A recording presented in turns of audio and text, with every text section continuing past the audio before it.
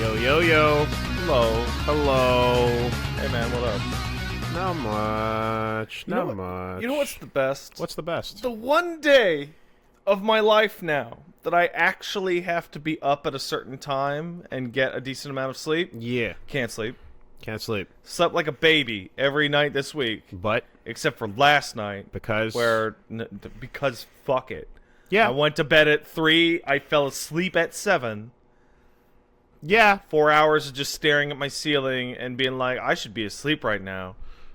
Fair. It's a bunch of bullshit. I mean, that happens, but usually I'm like... I can't feel that bad when I'm sitting there and it's 2:30 and I'm like listening to a podcast and I'm playing on my Switch and I'm like, okay, but you're being an asshole. Oh, yeah, well, I mean... So you can't, like, I'm like, I can't even fucking complain. You did that. Yeah. That's you that did that. Being an asshole, you know?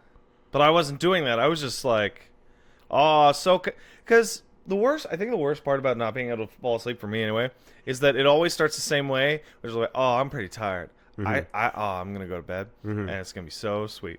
And I get into bed, it's like, oh man, this is so comfy. Oh man, this is great. I got into my perfect position. Everything is perfect. This is great. And then?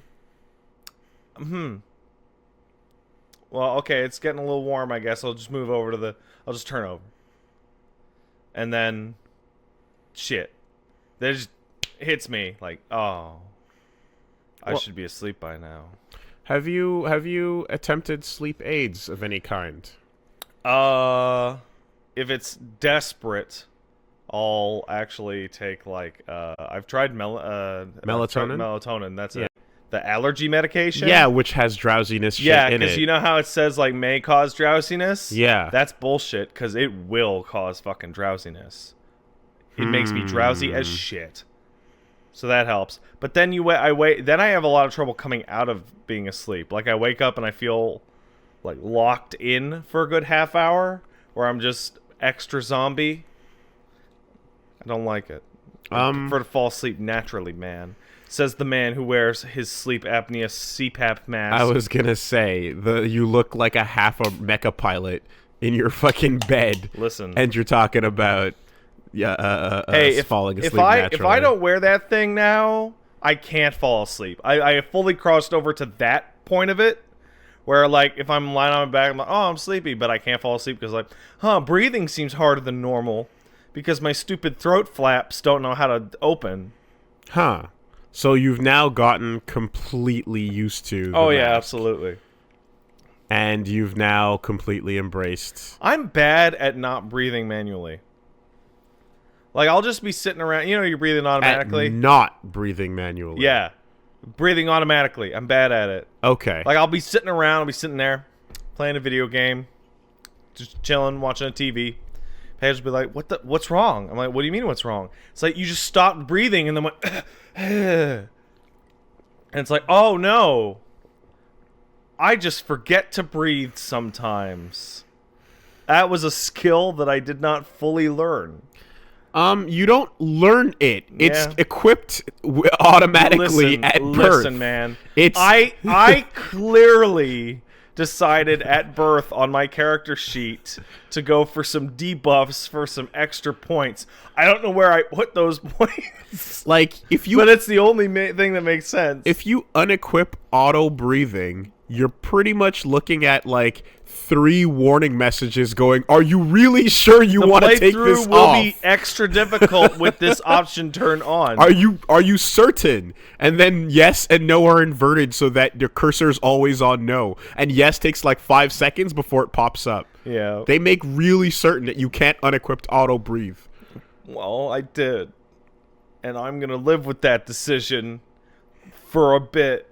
Well, the fun part about unequipping it is that slot is now free. Yeah, for what? You can put something... What skills have I learned in my life? Auto breathing is a chip that takes up at least 20...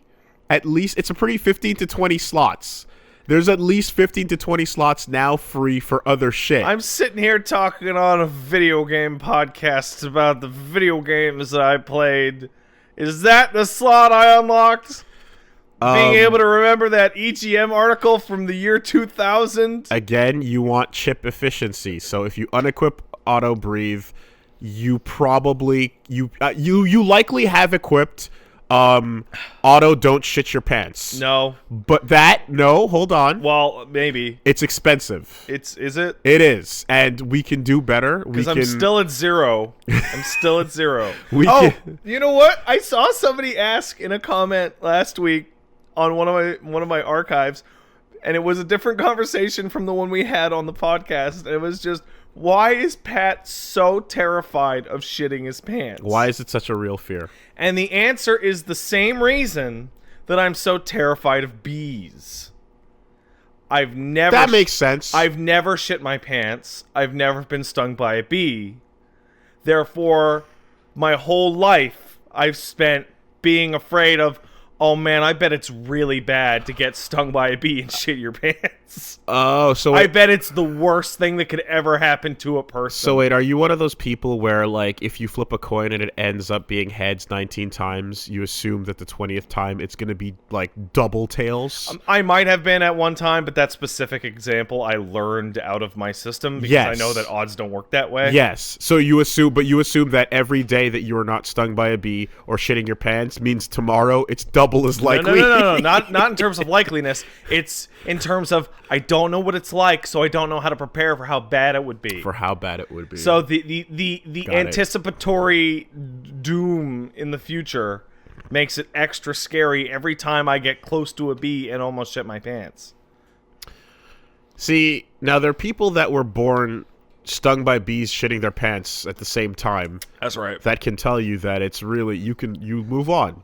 Well, it reminds me of people you do learn to live with it. And I have like a real example of this. Like, you ever know somebody who somehow they hit the age of 25 and they never got into one physical altercation ever? Yes, actually, I do. Those people are terrified of a punch to the face. Go to their the face. Yeah. Because they like it they feel like it will kill them.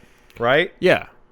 Now, if you were like 10 and you got in a schoolyard scrap with boys, you'll remember, oh, okay, it sucks, but it's not the end of the world. But the anticipation. The unknowing. Yeah. The unknowing. Yeah, okay. I see that. I mean... See, I got into lots of fights when I was a little kid in high school, but I managed to run fast enough away from all bees to a bathroom where I would be safe from both terrors. Yes. As someone who's experienced all of the above... Oh, you've been stung by bees and you shit your pants I've been in a schoolyard brawl? I've all of the above. I can tell you that life moves on. Life moves on? It gets better. It gets better? It gets better. And you go, oh, okay. And then it goes from... it goes from the list of fears you have to the list of experiences that you've encountered. And possibly, occasionally, a funny story, depending on its circumstance. Then you've got some lore, and then you've got the, hey, if you walk across a kid on the street that's shitting his pants because he's been stung by bees after a fight. That's right. You can go, hey, kid, cheer up. It gets better. See, you know what's really interesting about your thought process on that? Sure. You look at a situation like that, and you look at the person, you go, hey, man, it'll be better from now on. And my identical piece of advice framed in the opposite is it's never going to get worse than how it is right now. Right. Did you, you never read the Wanted comic, but no, there's a character in it that is the old man that sits on Wesley's doorstep. Okay. And every time he has a shitty day, as he's going through his garbage life before he becomes a supervillain, the old man always sees him and goes, hey, Wesley, cheer up. It might never happen, kiddo. And he hears that every day that he walks into his apartment. And it's the most depressing piece of old man advice you can give somebody. Because it's not even a, like, oh, bright skies are coming, just put on a happy face. It's, hey, man, your life might never get better than it is now. It might never happen. That big break you're looking for might never come. So just be happy. And it's like the most Like, it's not even cynical. It's just defeatist. There's a variant of that I got from older relatives, and I'm sure there are some listeners at home that are of the age that they will appreciate this. Do you remember being told by old people that high school is the best time in your life and that it'll never get better than it is in high school? Yes. A lot of people. Or they are either that or just like, oh man, I miss those days. Oh, there's what I wouldn't give to go back. Oh man, it was the greatest time of my life. It's the greatest. You enjoy it because it's the greatest time. And I remember like thinking at the time, oh. right. Yeah.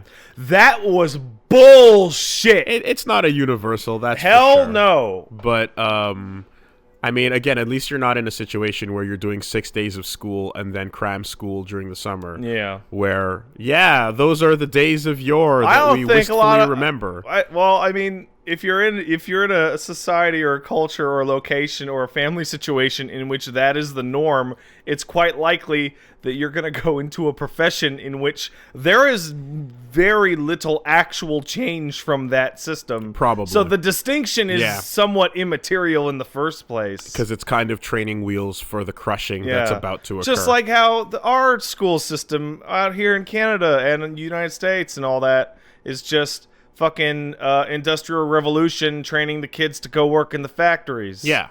But then, we stopped doing that. But it doesn't change the fact that, like, I feel like almost universally, there's a real strong desire for a story setting to be set in a fictional high school where it looks kind of like the one you remember, with the lockers lining the hallways and the school bells ringing and everyone just kind of having infinite potential. And it's great. Yeah, that. Wow. And I mean, you dated every girl. What? That's crazy. Okay, but like, even if you take it at like, we're super duper steeped. We're over steeped in Japan. Yes. So we have the visual novel fucking like at the tip of our tongues. That's ready to go. But take it back to like Western style high school stories, and you get your freaks and geeks and your like, hey dweeb, you know, like nerd getting slammed against the locker. By the bell shit. And you're captain of the football team jocks. Yeah. And all that jazz. And it's like, that's exactly Saved by the Bell and Boy Meets World and whatever. Yeah. And it's still like, people still want to go back to those high school times, even when it wasn't super smooth and great and you weren't dating everybody with your high school harem. It reminds me of some old, it was a Cracked After Hours video. In which those were great. I remember those. They're great, right? Yeah. But they're talking about 80s movie villains and how in your high school show, your high school movie rather, right? Your Biff, right? Biff Tannen, yep. Biff's trying to kill you. Yeah, murder. Like, end your life. Those guys are trying to kill you. Yes. Usually by trying to run you over with their car. If they succeed, not manslaughter. Murder one. I'm not gonna be. My shit's ruined for the prom. That evil villain, or he's gonna get me kicked out of my club. Yeah. It's like, no, I'll die. Yeah. I mean, those are the good old days for some people. I'm thinking of Stranger Things when they're at that cliffside, you know, and you're just like, children, you're about to commit murder one. Like, those kids are really young in that bit. Actually, they're like 10. Like the first year of high school. Yeah. Right? It's like, are you seriously about to like throw this child off a cliff and like fucking ruin the rest of your life? Like, okay. Well, not if they don't find the child at the bottom of the cliff. Yeah, but he's a snot-nosed dweeb. Ooh, he deserves to die. Oh man. Yeah. I'm glad they kept that from that era where bullies are murderers. The car running you over or almost running you off the road on your bike shit and whatnot. And then they'll drive by and go, ew, stink, dude. And it's like, that's such a stupid, lame thing to say after the vehicular manslaughter you just attempted.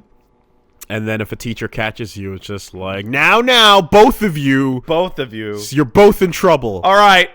It's time to start. You hit that button, which is What's the deal with teachers sending both of you to the office? I swear to God. They weren't there to make the call. They can't play arbiter of morality, even though their job is Their to literally... job is to be the arbiter of morality to the children! But they can't hit the instant replay button, so the easy, lazy thing to do is to just... You fought back to defend yourself to the office with Or not even you fought back. No, it's quite simply you were involved. You were in the altercation. You were involved, yeah. Like... When round 1 fight was announced, you were on screen. Yeah. And that's that. It's simpler, it's easier, and no one wants to have to fucking actually figure out what happened. That was the memory going through the Persona 5 team when they came up with the idea of shitty adults. Of just like it's tough being a young person and dealing with just absurd, on its face blanket injustices from people who are only, in some cases, like 8 years older than you. But they're like, you remember the new teachers? How young they were, like 22. No. It wasn't even the new teachers. It was the teachers' assistants / the student teachers who are like 20. The people who came in at like 19, 20, doing their year of college or CEGEP, where they would be teaching a real class for the first time for 2 years or so. Yeah, like my sister is older than you. Yeah. And absolutely. I'm taking this shit from you like you're supposed to be the king of the fuck you. That was a weird one. And whenever scandalous things occurred, at least at my school, it was always with those people because the age gap was so incredibly slim. Didn't have it, to my knowledge, didn't have any of those shenanigans going on at my school, but you never know. You never know, and quite frankly, it did. You just didn't know about it. I guarantee you it did. You know what? It happens a lot. It's just often gotten away with. It's often gotten away with. I'm thinking back of, like, there was that one teacher that had the really strict dress code against skirts for some reason. Yeah. The one guy. Yeah. He's like, you can't wear those in the class. I'm like, why? Fucking come. Yeah. I mean, well, that's the thing. It's like, I know some kids went to schools without uniforms at all. Yeah. And I don't know what that's like. My school had no uniform. Oh, wow. Okay, because we had a fucking dress code in elementary and then a full-on uniform in high school. I just dodged it where, like, a couple years after I got out, they instituted it. Can I give, you know what? I want to give a shout-out. A shout-out to the supreme scumbag companies that found a way to lay in the cut and create a fortune based on forcing kids in certain high schools to use their products. Shout outs to Top Marks for forcing their uniforms on people, and to Jostin's Photos for forcing their yearbook photos on people, and no other company is allowed to come in and compete.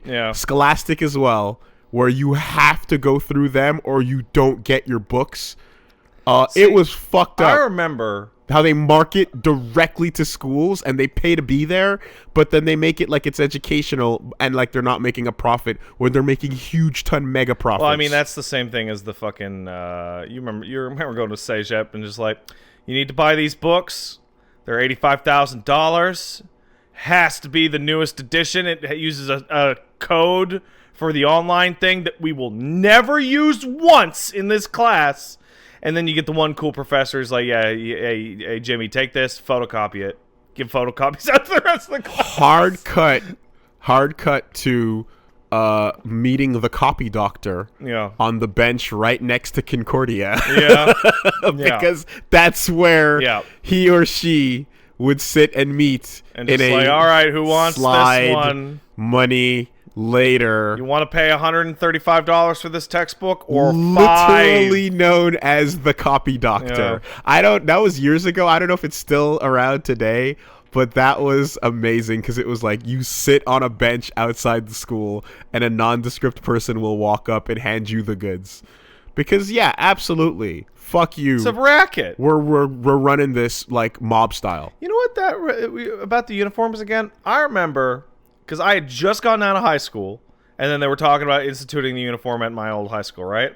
And the argument that I heard, it's like, well, some kids are fucking poor, and other kids make fun of them because they're fucking poor. Yes. So let's dress them all the same. Yes. So that the richer kids who can don't have super nice clothes. And the kid who wears the same thing every day doesn't get made fun of. And I'm like, that makes sense. Yeah. And then apparently it just offloaded that poor shaming to your bag or your watch or your hair. Oh, yeah. Well, people find a way, right? Like, people find a fucking way. When Jimmy and Costas and fucking Peter walk in with the thick, heavy chain, which is showing underneath the white, because everyone's got to take their style and make the uniform fit to their custom style. Right. So whether it's in the same way that a bancho is still a student uniform, technically, but you're wearing it like a badass because that's the thing you do as a delinquent. Yeah. So we would have the dudes that would wear wife beater underneath, open button, and then show some kind of chain. Yeah. Or roll up the sleeves. Everyone had a little custom style to it, and you find a way to make your individuality show that you're still flossing. So what you're telling me is that the kids will always find a way to be shitheads. I mean, in their eyes, they're not being shitheads. They're kind of just trying to find out what these new feelings and smells are. Yeah. And they're trying to use them to impress the girls who are also confused about these new feelings and smells. So I think it's more so kind of trying to figure themselves out. But also, yes. I gotta really ask, as somebody who is smelling deficient, what the fuck are you talking about? Puberty? What smells? Puberty. Yeah? Yeah. Did you not catch the part where a part of puberty is perspiration? There you go. All right. Okay. What do you think happens? I don't know what the fuck you were talking about. You grow hair in places that you did not, and things start to smell differently, and perspiration is a part of it. See, puberty was so long ago that I forgot that sweating was associated with puberty. Okay, well, if you paid attention to your textbook. No, we didn't have a textbook. We had a weird, creepy video that had a music video called Changes that was nightmarish. Oh, God, why does I feel like did I watch something like that? I am so happy that I talked to my parents first, cause like the fucking sex ed I got was like, watch the video. All right, anyone want some questions? All right, no questions. Great, math. Okay, like the teachers couldn't get away from it fast enough. Complete opposite. Parents were the ones that were like, whoa, okay. You don't need to know that because of the Lord. Yeah, so you know how this works, right? No. Yeah, you do. But no, I really don't. Okay, well, the Lord. Yes. Yeah. Adam and Eve. Yes. Yeah. And okay. Fig leaves. Not great contraceptives. Yeah. What? Marriage. Do not spill your seed on the ground, as that is a sin against God. As somebody who has not read the Bible in many ever, whenever I heard the phrase "make sure not to spill your seed on the ground," my brain went to find someone to put it in so that it don't hit the floor. Basically, is that what that is? Kind of getting at that, yeah. Because I think that's kind of getting the at opposite lesson than what they want. No, that would be acceptable back then.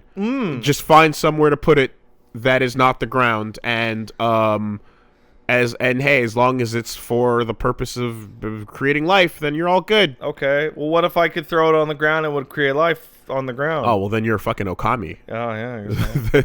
Then you're Amaterasu, and you're special, and you can do whatever the fuck you need to. You're one of them goddamn pagan assholes. Oh, no. Like, this dude can shoot the ground, and flowers are growing out of that shit. Like, but only every once in a little while. And that second flower is really shitty looking. Cue okami music. Oh, shut up. That's bad. I don't like it. It's gross. How was your week? Ah, it was pretty good. Very lazy. I did pretty much one thing most of it, and then a second thing most of it. Shocker, they were video game related. I'll start with the thing that I did the least of, which is I went and saw that Hitman 2 was on sale. Yep.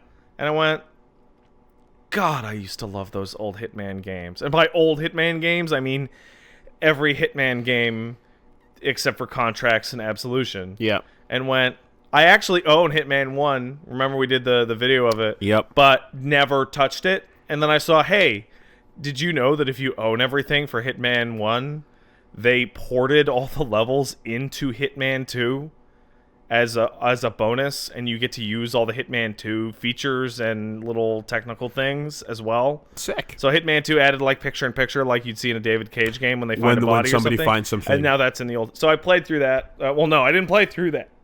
I played the first 2 missions, and I bounced off that real hard because I was stupid and could not... You remember the...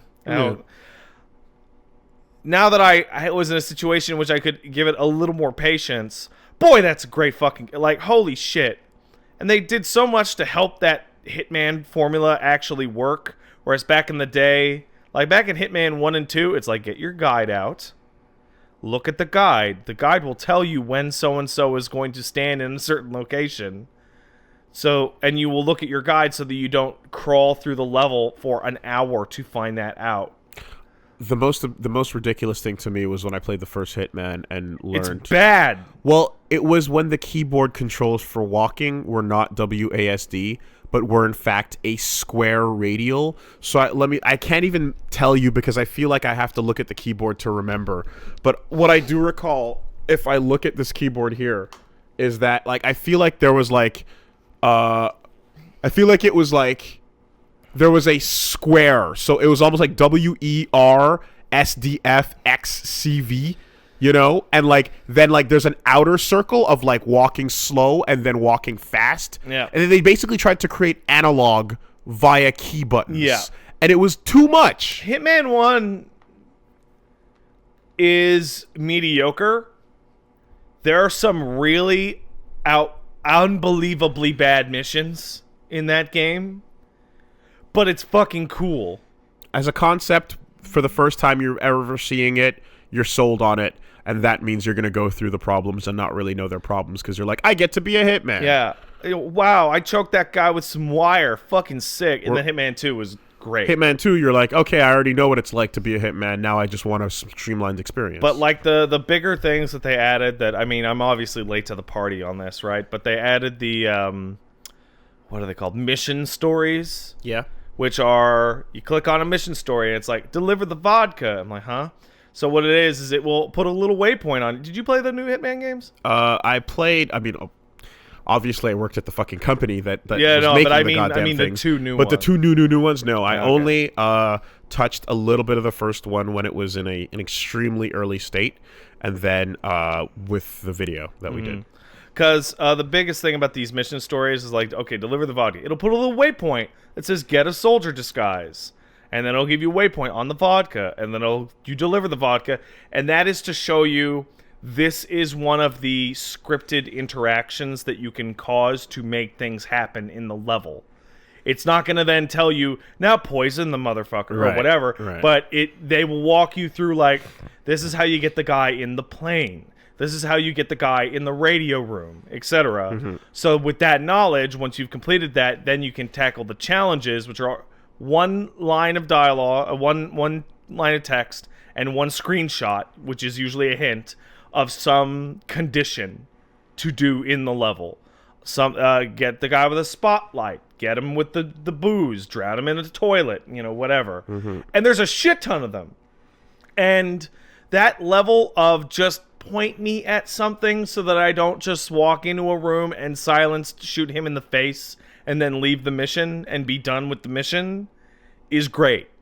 And the fact that you fill up those challenges and those mission stories, you gain mastery, which lets you do stuff like start in a different location or smuggle in a sniper rifle or all these things. How much of the last one did you play?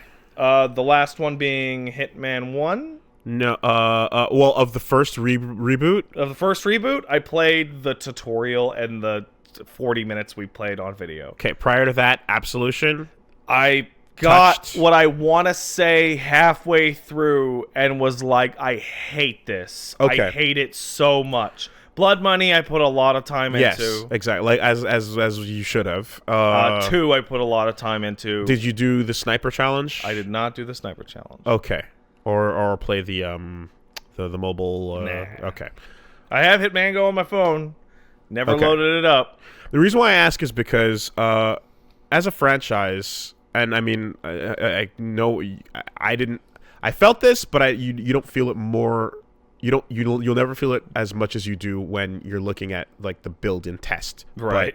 But, that game absolutely suffers from sameness and franchise fatigue if you play too much of it. Oh, yeah. Missions can only be so different, and Yeah. there's only so many ways that you can take out enemies, and even the creative level specific ones are a lot of the times they're like you're doing them to see the thing, but they're not the best way to do it. / they're not. There's a lot of situations where you're like, it's like playing the Assassin's Creed games back to back to back to back to back, or it's like watching the Bourne movies back to back to back, where you're like, this Those franchise Bourne movies are hilarious if you watch them which back I to did back. exactly. It's hilarious. It's a joke. The music is the exact same, and then he starts talking, and then everything starts picking up in the exact same way, and you're like, oh my god, did I not just watch this exact scene? The franchise needs space. And if you didn't play those last 2 games to completion, or at least to the point of like getting tired of them and then stopping halfway through or whatever, then yeah, you're gonna be fine with this one. There's only a couple things you can actually do in those Hitman games. You can murder a target directly with either a melee weapon or a gun. Or yes, You can accident them with a level specific item or environmental thing. You can cause them to get killed by an environmental trigger that you have caused by damaging a generator and then having someone go talk to it. Or you can... Christ, is that the only 3? Create conflict between multiple NPCs. And then the 4th one I was going to say, it's like you can move them to a location with one of these factors and then kill, like drown them in a toilet, or some environmental kill or what have you. Yes, and then hide in this or that. I remember in Blood Money, the funniest one was if somebody was standing near a railing, you would just tap them on the shoulder and they'd ragdoll off the edge. Right. And it was just like, oh well, accident. I don't know how to pronounce it because I don't think I've said it out loud, even in the process of QA. But Garrett. Yeah. Like. All right. Well, you know what? I think you're right, Garrett. Garroting wire, I think. Garrett. Or garrote wire. Yeah. Well, anyway, you fucking Goodfellas them. Yeah. And that would often just become the way to just speed through a level. Yeah. Would just be like, find the right corner, fucking Goodfellas wire, and then dump in the nearest hiding spot. Yeah. And then keep moving. So, like, the new games have... Like, in addition to showing you where all the cool little things are, giving you dozens of challenges to complete to actually finish a level. Like, I mean, not to beat the level and continue with the story, but to, like, master a level helps with that. Because I remember the first time I played Hitman 2... Oh, God. The first time I played Hitman 2 Silent Assassin for the PlayStation 2, this is really confusing. Okay. This is about as bad as it can get. Yeah. The games are actually called Hitman and Hitman 2. I took my silenced pistol, snuck into a room, shot the guy in the face, left, Silent Assassin. Woo! The best way! I did it the best way! Right? And I blew through that game fast! What are you getting? You getting... Oh, he's pull... Oh, my God. Oh, God. That's confusing. Wooly has gone to his shelf. I wanted to look at the packaging for the Hitman trilogy to see if the examples on the back of it... No, it just shows you the boxes. Because I wanted to see if the missions on the back of it, or if I could point out they're like same fucking thing in the missions. But yes. But yeah, so now it's like, okay, get a soldier's outfit and shoot the guy with an assault rifle. okay, I don't think there's going to be a way to do that silently. So that's definitely a different way to solve the mission. And the best thing about the challenges, though, is say a challenge is like blow the guy up with an explosive, right? Yeah. You don't actually have to beat the mission to clear the challenge. You just have to do it. Right. So on, because, no, there's no way I'm going to be able to shoot the guy with an assault rifle in the middle of the hangar in front of 100 guards and not get caught. Well, good. Yeah, because the challenge got ticked. Yeah, just complete it regardless as to what else goes on. Yeah, blow the fucking mission and get all your achievements in one bad run. But yeah, the game so far is great. I'm loving it. The little tweaks to the formula have made a big difference. So the reboot was an attempt to. It's a soft reboot. The soft reboot was an attempt to just go back to the purity of what everyone was like looking for, with all the tightness and new features and so on. Now here's the thing. That's a franchise that has a dedicated hardcore. Yeah. Right? In the same way that Thief had a dedicated hardcore. Mm-hmm. And I'm not the person to be saying, hey, you know what this thing needs, because I'm not in that dedicated hardcore group. Mm-hmm. But what would get me interested, as someone who has touched a couple of the Hitman games and whatnot, would be a completely refreshing way to play. Mm-hmm. Maybe in the style of a different character, especially, they set up a second character in Absolution, but, I don't think that I don't think a lot of people I don't even think know that. I don't think that goes anywhere, but they set up a little Leon the Professional style. Oh, yeah. You've got a little sidekick. And that girl can become the new thing. Hitman has a really weird relationship to its main character, in that 47 is about as blank a fucking slate as has ever existed.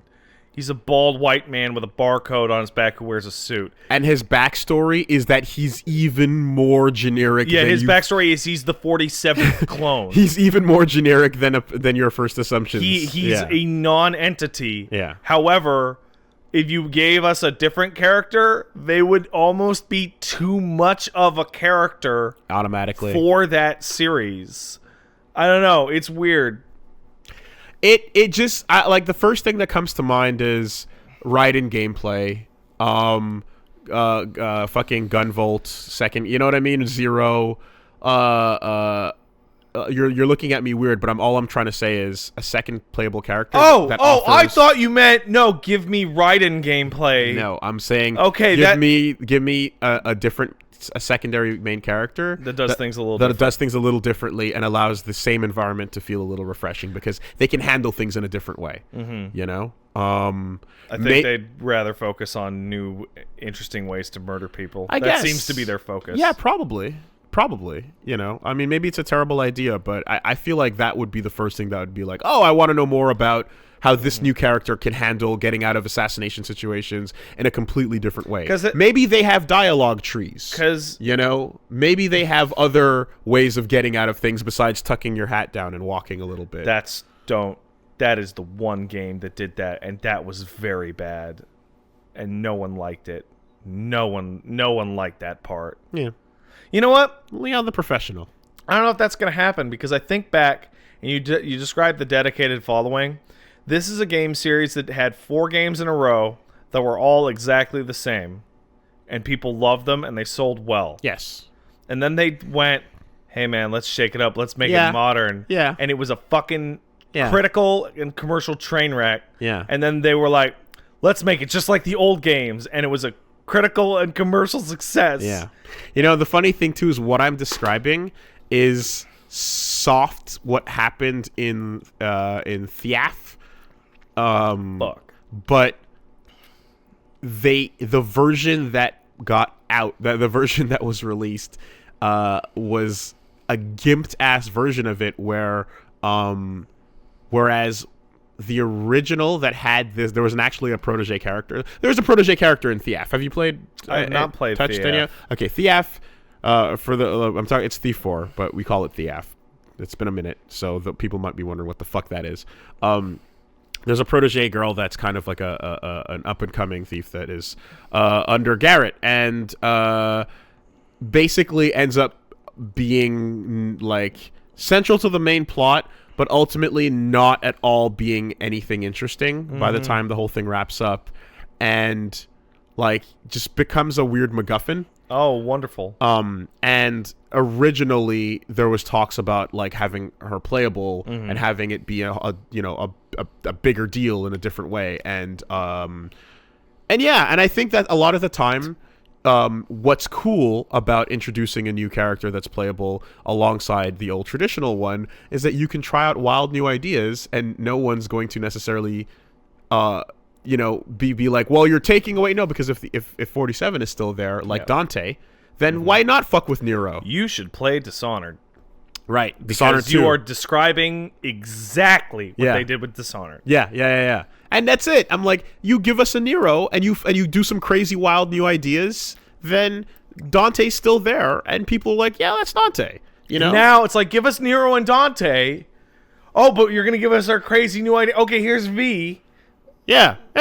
So 47 being present and still being 47 is necessary. He's the bedrock. But I think if you had something else to somebody with hair, someone with hair, oh wow, to mess around with, it might actually probably the weirdest part of the whole playing Hitman experience is that you do the training mission when he's like trying to sign up for the evil organization or whatever. Yeah, and you take the first disguise in the tutorial. And your British handler lady goes, oh, wow, stealing his clothes. No one's ever tried that before. And it's like, 1, that's ridiculous. 2, are you the same character? Diane? No, but what? Because and 3, that was very conclusive. 3, this is or the Diana. Single most Hitman thing ever. Why would you even pretend that it's new? Yeah. Did they just get another British lady? Yes. Oh, boy. Yes, they did. Oh, boy. It's like Bond. No one cares as long as there's a letter and an accent. Yeah. Yeah, I guess, I don't know, like, now that we're sitting and talking about it, I feel like, there's a lot of different things that 47 doesn't do or is not really good at. He doesn't do anything that doesn't involve preparing and then murdering. Social ability, he has 0. Yeah. Hacking, he doesn't really hack. He puts a USB stick. He puts a little stick in a thing, right? He doesn't really go beep beep boop boop boop boop clickety clackety clack. And I'm sure if he can blend in. Yeah, he can blend in, but well, I don't know. What if you need to? I don't know. Like, I'm sure you can sit down and workshop it a little bit, and we're not gonna. He has weird radar powers in his mind. Yeah, but it's like, how do you give him a devil bringer? How do you give him an assassin devil bringer, so to speak? I don't know. How do you take his abilities as an assassin and give someone... Well, the easiest way to do that would be give a character heightened movement abilities, but lack the ability to use disguises. Or defend themselves. Right. Yeah. And then I think about that, and I think that might be the most boring possible way to play Hitman ever. Spider-Manning it. Yeah, because like the fun in Hitman is disguising yourself to cause all sorts of goofy interactions in the level. Could be. Perhaps a unique way to like, perhaps a unique way to walk past people and I don't fucking syringe them. Syringe people like you. That now we're back to the good shit, and all you can think about is how to change that good shit. Ruining the Dark franchise. Souls a easy mode, motherfuckers. Ruining the franchise. Well, I did. And that's why I put the disclaimer up top and said I'm not the person. But my brain just likes. Yeah, your main thing is that you worked on and then grew a love of Blood Money, right? Yeah. Because Blood Money's great. But I also I came into, like, before I tested Blood Money, I did play Hitman 1 back in the day. And you went, didn't touch Hitman 1's fucked up. Didn't play 2. I remember my brother playing it and I just kind of watched or whatever, and then came on Blood Money and fucking really loved Blood Money. Hitman 1 must have like the worst mission ever in the series, where it's like you're just crawling through a factory with guards and it's a linear path. Yeah. To just shoot a guy with a rifle at the end. Going from that to fucking Ave Maria, spin those sticks, get out of the fucking coffin. I got you, idiots. Come on. That shit was stupid. So good. Fantastic. Or the cello scene on the balcony. What a good game. Yeah, anyway. it's a good game. Yeah, okay. And then the other thing that I spent most of my time with was replaying that Resident Evil 2 demo over and over and over and over, with the use of one, a dozen fake PSN accounts. I seen the screenshot. And then two, the trainer that you can get from an unscrupulous piracy website or Chinese website. Wait. Hold on a second. Trainer as in, like, side executable? Suspicious exe file. On your PS4? No, on your PC. Okay. There's a PC demo. Okay. You want infinite ammo and super speed? No, I just want to reset the demo's timer. Yeah, okay. Yeah. That demo led to Resident Evil 2 becoming Steam's global top seller, like the day after it came out, and it's very clear why. So I will obviously have difficulty separating my ridiculous fanboy adoration for this series and this game in particular from it objectively, but from a complete, like, whatever... It did the very good. But from a complete, like, whatever, I don't know nothing about Resident Evil as a shooty horror game, wow, the sound design is really impressive. It's visually gorgeous. It controls extremely well. Did you fucking calibrate your surround system and make No, sure... I did not. I did not have a surround system. Were you playing with headphones? I was not playing with headphones. Okay. Because... but it does use binaural audio. Sick. Which, if you want to use headphones... You should. Play that game with headphones and binaural audio. Yeah. Because it will be very spooky. Senua's Sacrifice as well has binaural audio, and yeah, you want to get that absolute weird, creepy left-right shit. But as a pure... Although, do you want your game to be able to ASMR you at will? That's not ASMR. No, but it can create that tingle. No. If a sound goes from one channel to the other in a way that... Not necessarily. Don't tell me what ASMR is. Don't you sit there, you fucking ASMR newbie. Do you want your game to be able to create that tingle on the back of your neck at will? Yeah, if it's like a fucking indie happy wind game like Grease or something like that, but a fucking horror game with screeching horrible zombie noises is not going to do that. Now, if you could get me a binaural audio recording of a man mortaring a stone fence in front of his house, now that'll give you the tingle. But this video, no, that's ridiculous. That's absurd. When I hear sounds that like slide from left to right.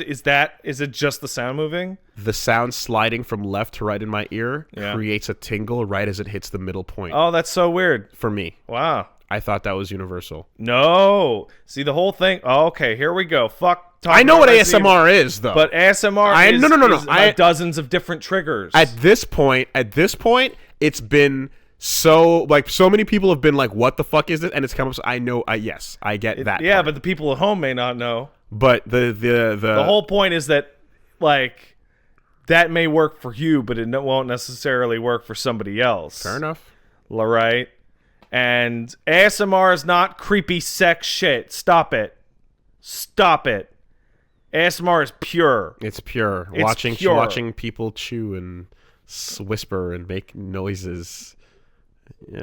I mean, it gets weird, man. It gets really weird. The weirdest ones is the activities that are so banal, like shaking a matchbox. Okay, but like remember when we first heard about mukbang and everyone laughed at it and went, "That's crazy." Okay, this picture now of you listening to your ASMR video and watching the footage of it. That's right. This is the version. This is the 5 seconds you need to clip and show to your ancestors. Yeah. Right? Where they're going, what the fuck is the future? You know? Well, this is the segment where we're now there. Nah. Like, we're now there. There's multiple absurd moments that you can have of technology coming into a complete what the fuck a perfect storm. Yeah, and then I would confusion. Tell my ancestor, you ever felt kind of relaxed just sitting around watching people build something? And they go, yeah, like there, done, thumbs up. I mean, I've talked pleasantly about the sound of lawnmowers in the distance on a Sunday morning. Yeah, they have to be a certain distance away. They can't though. be right near. Yeah, they gotta be far isn't it away. Goofy? It has to be Like 2 doors over. No, it's got to be like in the nearby church that's like Yeah. a block down, but you can hear them going. Yeah, absolutely. Way in the distance. Next to you, it's got to be trees rustling, perhaps a bird chirp or two. Yeah. But behind that layer, you need the lawnmowers going. So, all right. So Resident Evil 2, the demo is alternatively incredibly short or quite long, depending on how long you want to spend in particular areas. Also, depending on what I would call your level of fear. Because the slow, like I think the world record right now is like 3 minutes 25 seconds. Like you can haul ass Sprint shoot through that sprint demo slash sprint. But there are a lot of particular things that are super impressive. Like for audio-visual presentation, I don't think I have to explain that to anybody. Anybody who's seen a video of the RE2 remake, it's fucking unbelievably gorgeous. It's so good looking. It's using RE7's engine, but it's doing way more, and having a character on the screen, I feel, really helps. Like it's Voice acting is real now. Yeah, hey, Marvin, the cop, you know, the guy who talks to them, his voice acting is amazing.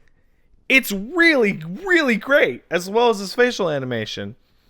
The changes to this was such a stupid thing, but like the controls are slightly different from the original because of course they are. Duh.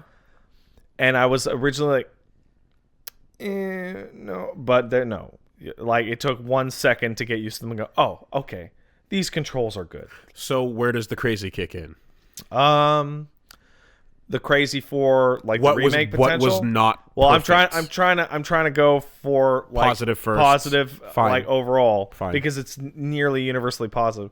The most interesting thing about this game is the way that they have handled the resource aspect of it. So survival horror games are like, hey, you have trouble finding all the ammo and the weapons, and then there's lots and lots of enemies everywhere, and you have to conserve your health and ammunition, yada yada, right? Demo gives you a lot of ammo. Demo gives you a very significant amount of ammo. Gives you enough to kill everything in every room. In the demo, anyway. Definitely, probably not in the full game, at least not when you find it the first time through. But yeah, you can get everything. Okay. The difference is that the zombie animation and the zombie behavior is so good that it has changed the way you think about ammo. Guns, so in the original game, you'd shoot a zombie, after 3 to 5 bullets, they'd stagger or fall over. If their head exploded or they got a really specific, like really big blood effect on their chest that would persist, you would know they were dead, and then they would fall over, and then the blood would come out from underneath the body. If blood didn't come out from underneath the body, they were still alive, so be careful. And zombies are maybe 85% of all enemies you'll fight in the game. In this game, one, they have a super, super, super detailed damage model that actually works like Soldier of Fortune did. Do you remember that shit? How they had I didn't play it. Soldier of Fortune 1, back when it came out like fucking 15 years ago, the way that it did its damage modeling is it had points of articulation, and every point of articulation was a sever point for the model. Okay. And underneath the model, there was... Oh, like 300 for the PSP. Oh, wow. Got it. And underneath the model, there was a second texture that was the flesh texture that you would blow off the top texture, and then it would switch out for the lower one. So you'd shoot a guy, and oh no, his guts are exposed, and oh, then his leg fell off. So Yeah. R2 does that with it's, you know what? That game is astonishingly violent. It is the goriest thing I have ever seen in a game. So we saw in the trailer how wounds look like real wounds. Yeah, there's we all saw in the trailer or the demos, the Leon looking at the guy with the slashed face. It's even grosser in the game because it's direct feed. You get like the extra sparkles on the guts. Okay. It's outrageous. But on top of that, you can blow zombies' heads into little confetti. Their arms off, their legs off, their guts out and then cut them in half. So the meat is It's meaty. Yeah. And the arm one in particular is extra, like, vicious. Ragu. Because when you shoot them in the arm, what happens is their arm elbow down will begin to ragdoll. Oh, And then cool. on the next animation loop that the zombie moves the arm, it will pop off. Ah, that's sick. Which okay, includes, that's advanced. Which includes animations such as them reaching for you and their arm just goes and just hits the floor. That's pretty fucking advanced. So Wow. you're shooting Okay. zombies, and it's very gory, and there's a lot of blood. There's even blood splatter back on your character. So does that happen with like legs as well? Yes. Where you can have that moment of they take the step. No, And no. then it you collapses pop them, on them. If you pop them in the legs to the point where their leg fall off, they immediately drop, and then they crawl forward, and the leg comes off. Okay. So you're shooting zombies. There's blood everywhere. Yada yada. Okay, I put 5. Oh, here's the weirdest part. There is no significant difference, and I've tested this about over 20 zombies. There is no significant difference between shots to the head, the chest, the arms, the legs in terms of the enemy's total health pool. Okay. Right? So say the zombie has 100 hit points, doesn't seem like headshots actually do any more damage. Okay. What headshots do is stagger them every single time you shoot them and have a like 1 in 20 chance to pop the head, which would end them for real. But say, I put 5 shots into the zombie and it's down. Not only is it down, it's ragdolled on the way down. And I can move over and walk my character back and forth through it and ragdoll it, and its legs are moving around. Okay. But that doesn't actually mean that it's dead. Because you can come back and it will get up. Or you can knife it, and what it does is they will ragdoll into the position that they naturally fall in. And then when they either decide to get up or you hit them again, they will then reset to either an A pose if they're on their back, or an H pose if they're on their, like this, like an H pose. On their front? On their front. Yeah. They'll snap into that and then do their animation to get up. Aside from hitting them, once they're down, I can determine no way to ever tell if a zombie is dead if their head is still on their body. Ever. Okay. And some zombies will get up multiple times after apparent deaths. And you're not talking like waiting. You're talking running back and forth through the area. Yes. Okay. I timed it, and so it appears to trigger on area transition within a certain distance from it, or like multiple minutes, like watching them get up. And they appear to all be randomized. Some will get right back up, like immediately. Some, I watched one not get back up for 2 minutes.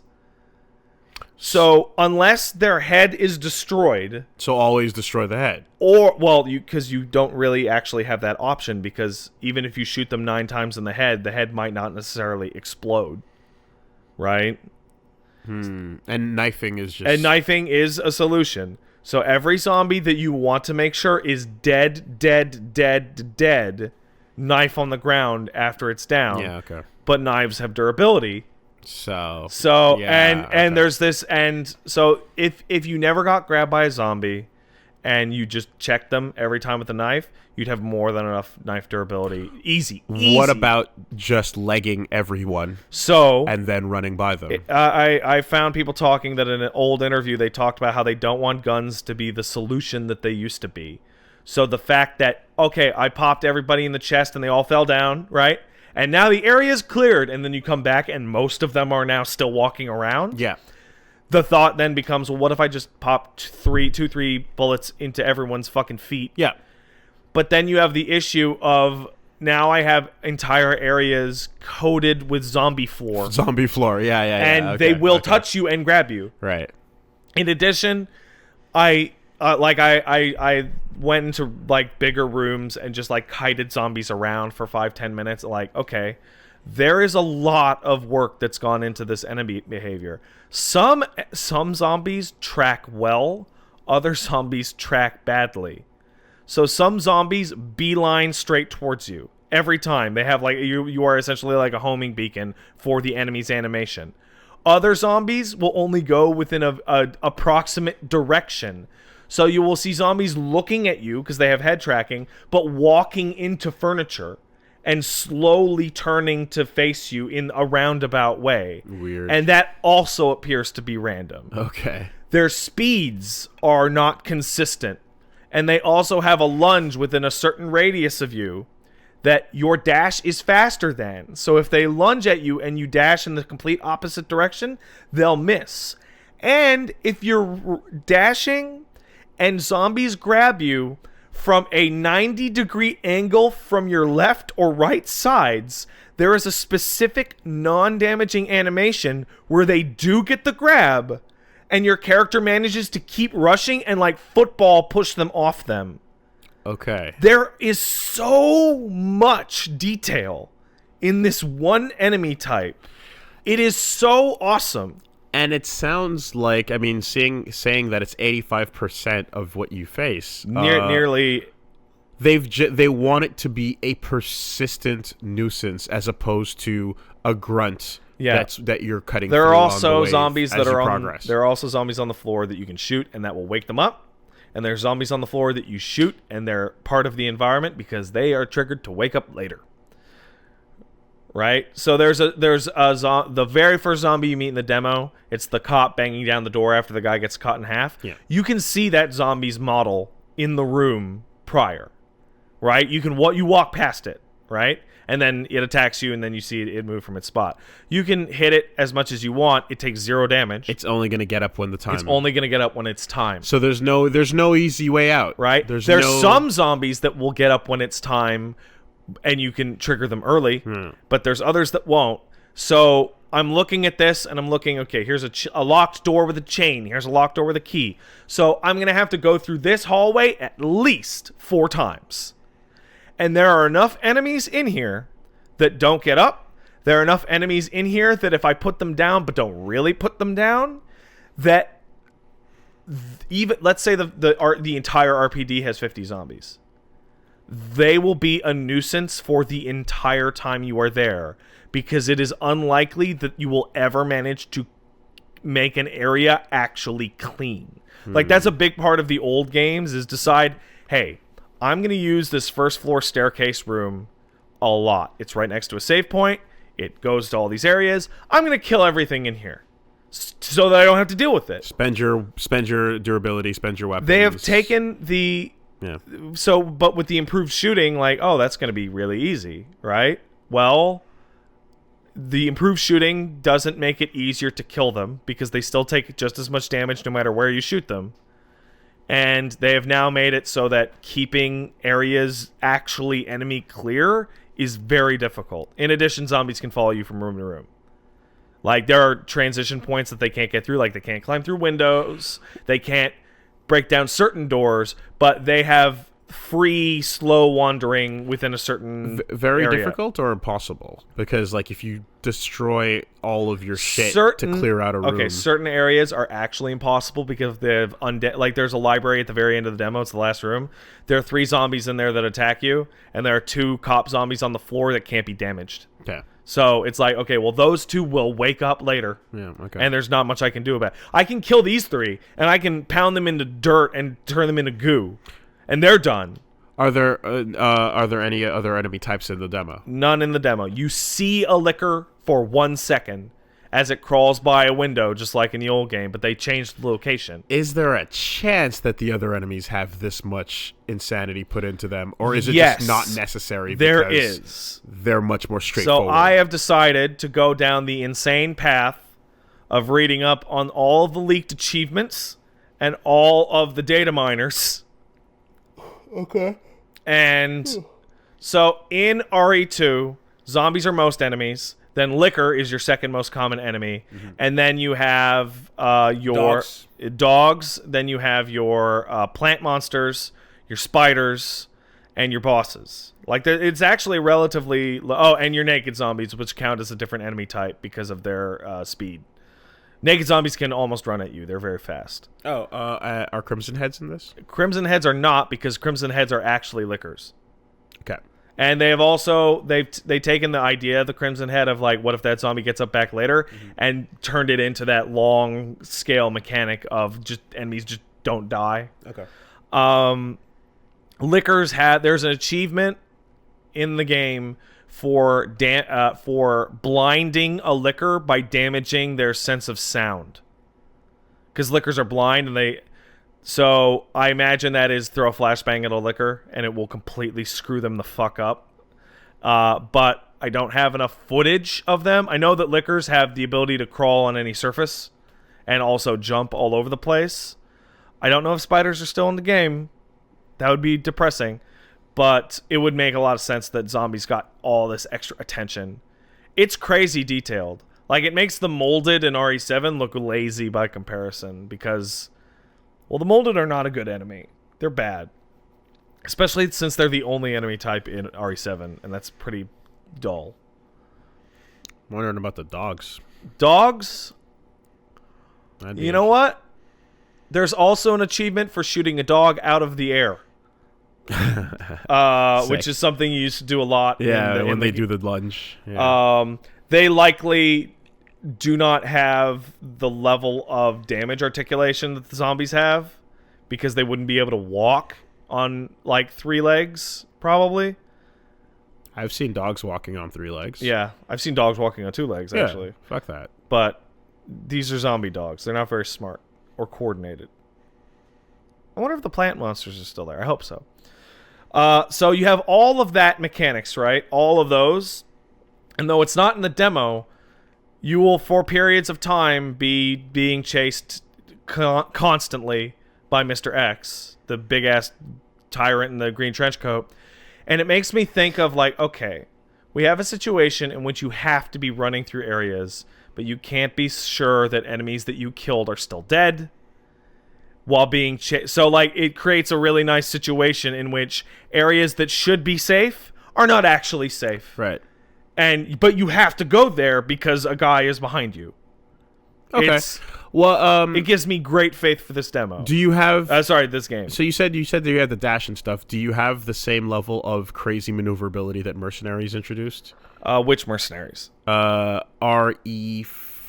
Mercenaries. Okay, so the movement in the game is...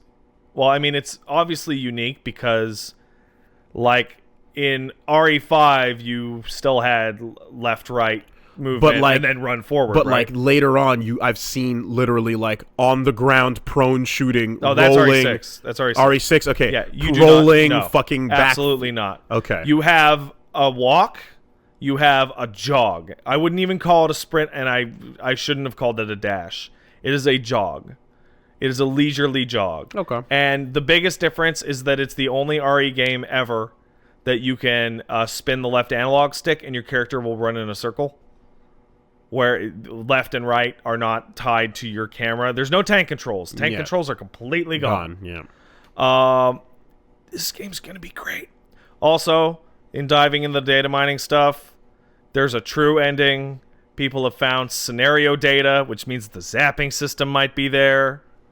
Yay. But actually, much more interesting than that, there is a system that is in there somewhere called the Rogue system, which supposedly stands for roguelike, which has points, levels, checkpoints, warp gates, different playable characters, weapon loadouts, and a DLC menu. Chalice dungeons? And there's also achievements in the game for a hardcore mode. So the PC version of RE2 that came out in 2006 has a mode called hardcore mode, and all it does is randomize the item placement and enemy placement, I believe.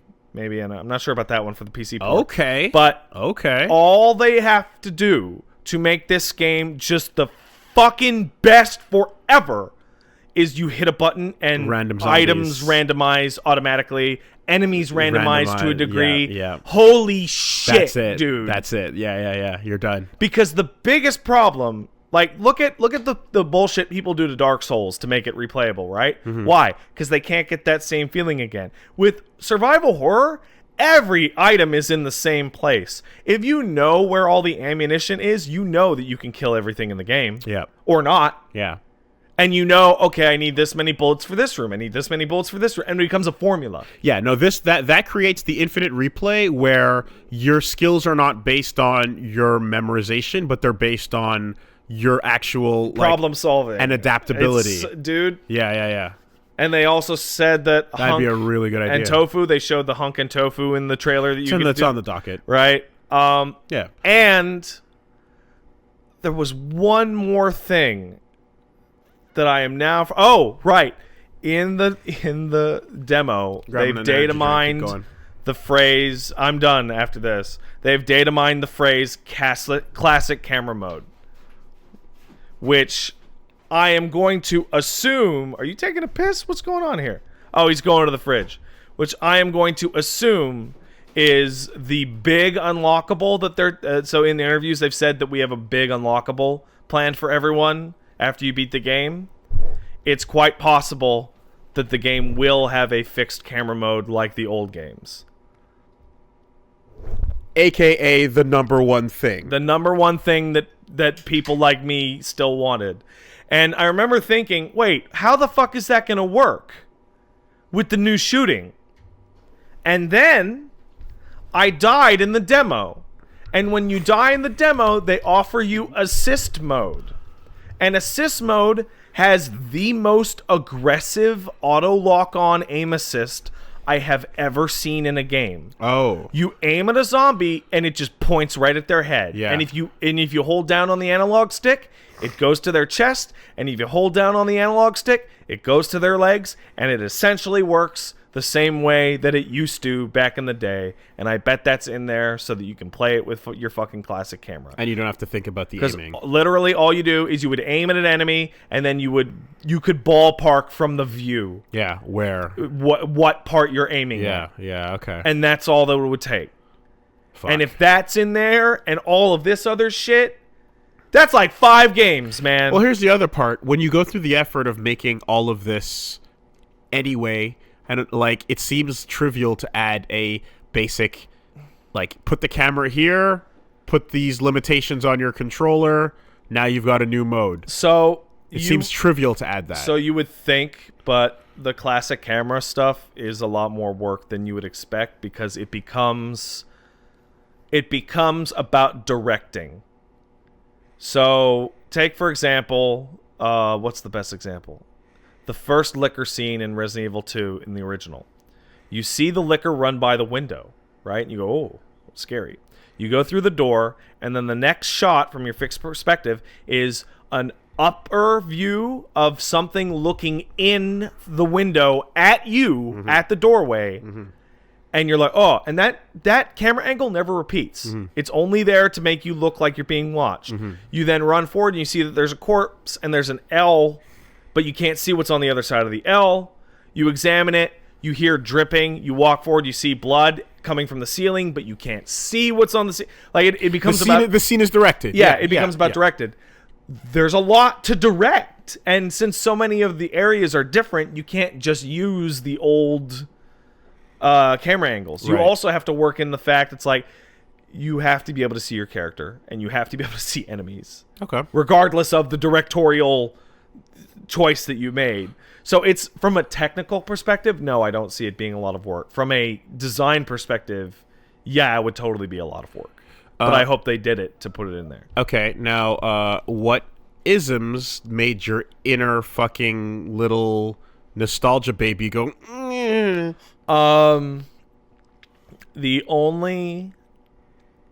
There's only 2.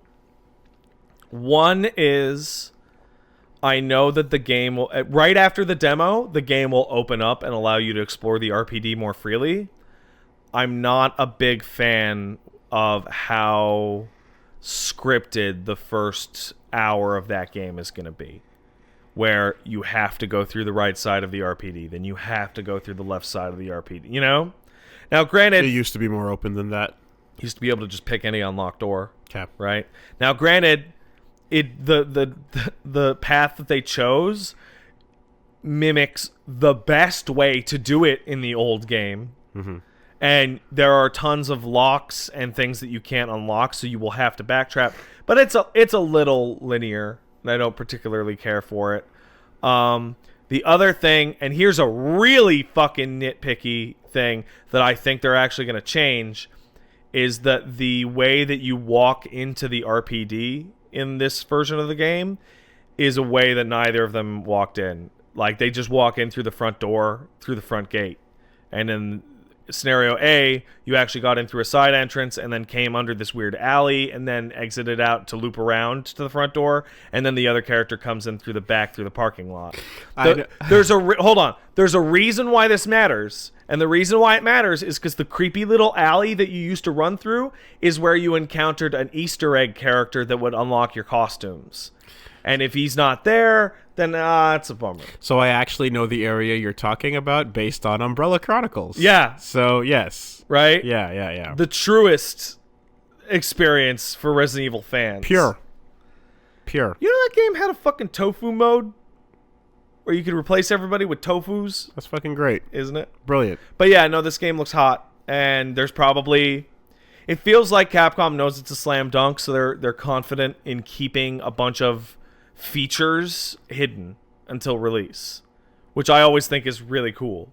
Yeah, and also they know what this is. Yeah. It's RE2. Like, they know. It's the game. They get it. You get to do this once. It's also probably like I'll be able to tell you the day that game comes out, I'll be able to tell you if Remake 3 is in production. Right. Because you know how you enter in from the front in the current stuff? That's where Jill comes in through RE3. And it's like, did they model the area from RE3 outside the door? Because if they did, they're going to make that game. Right. Because why else change it so that you'd walk in the front door? Yeah, no, this is their FF7. Like, they get it. Well, actually, Capcom's FF7 is like Street Fighter 2. Yeah. But, you know. Boy, they spent their time remaking that a dozen times.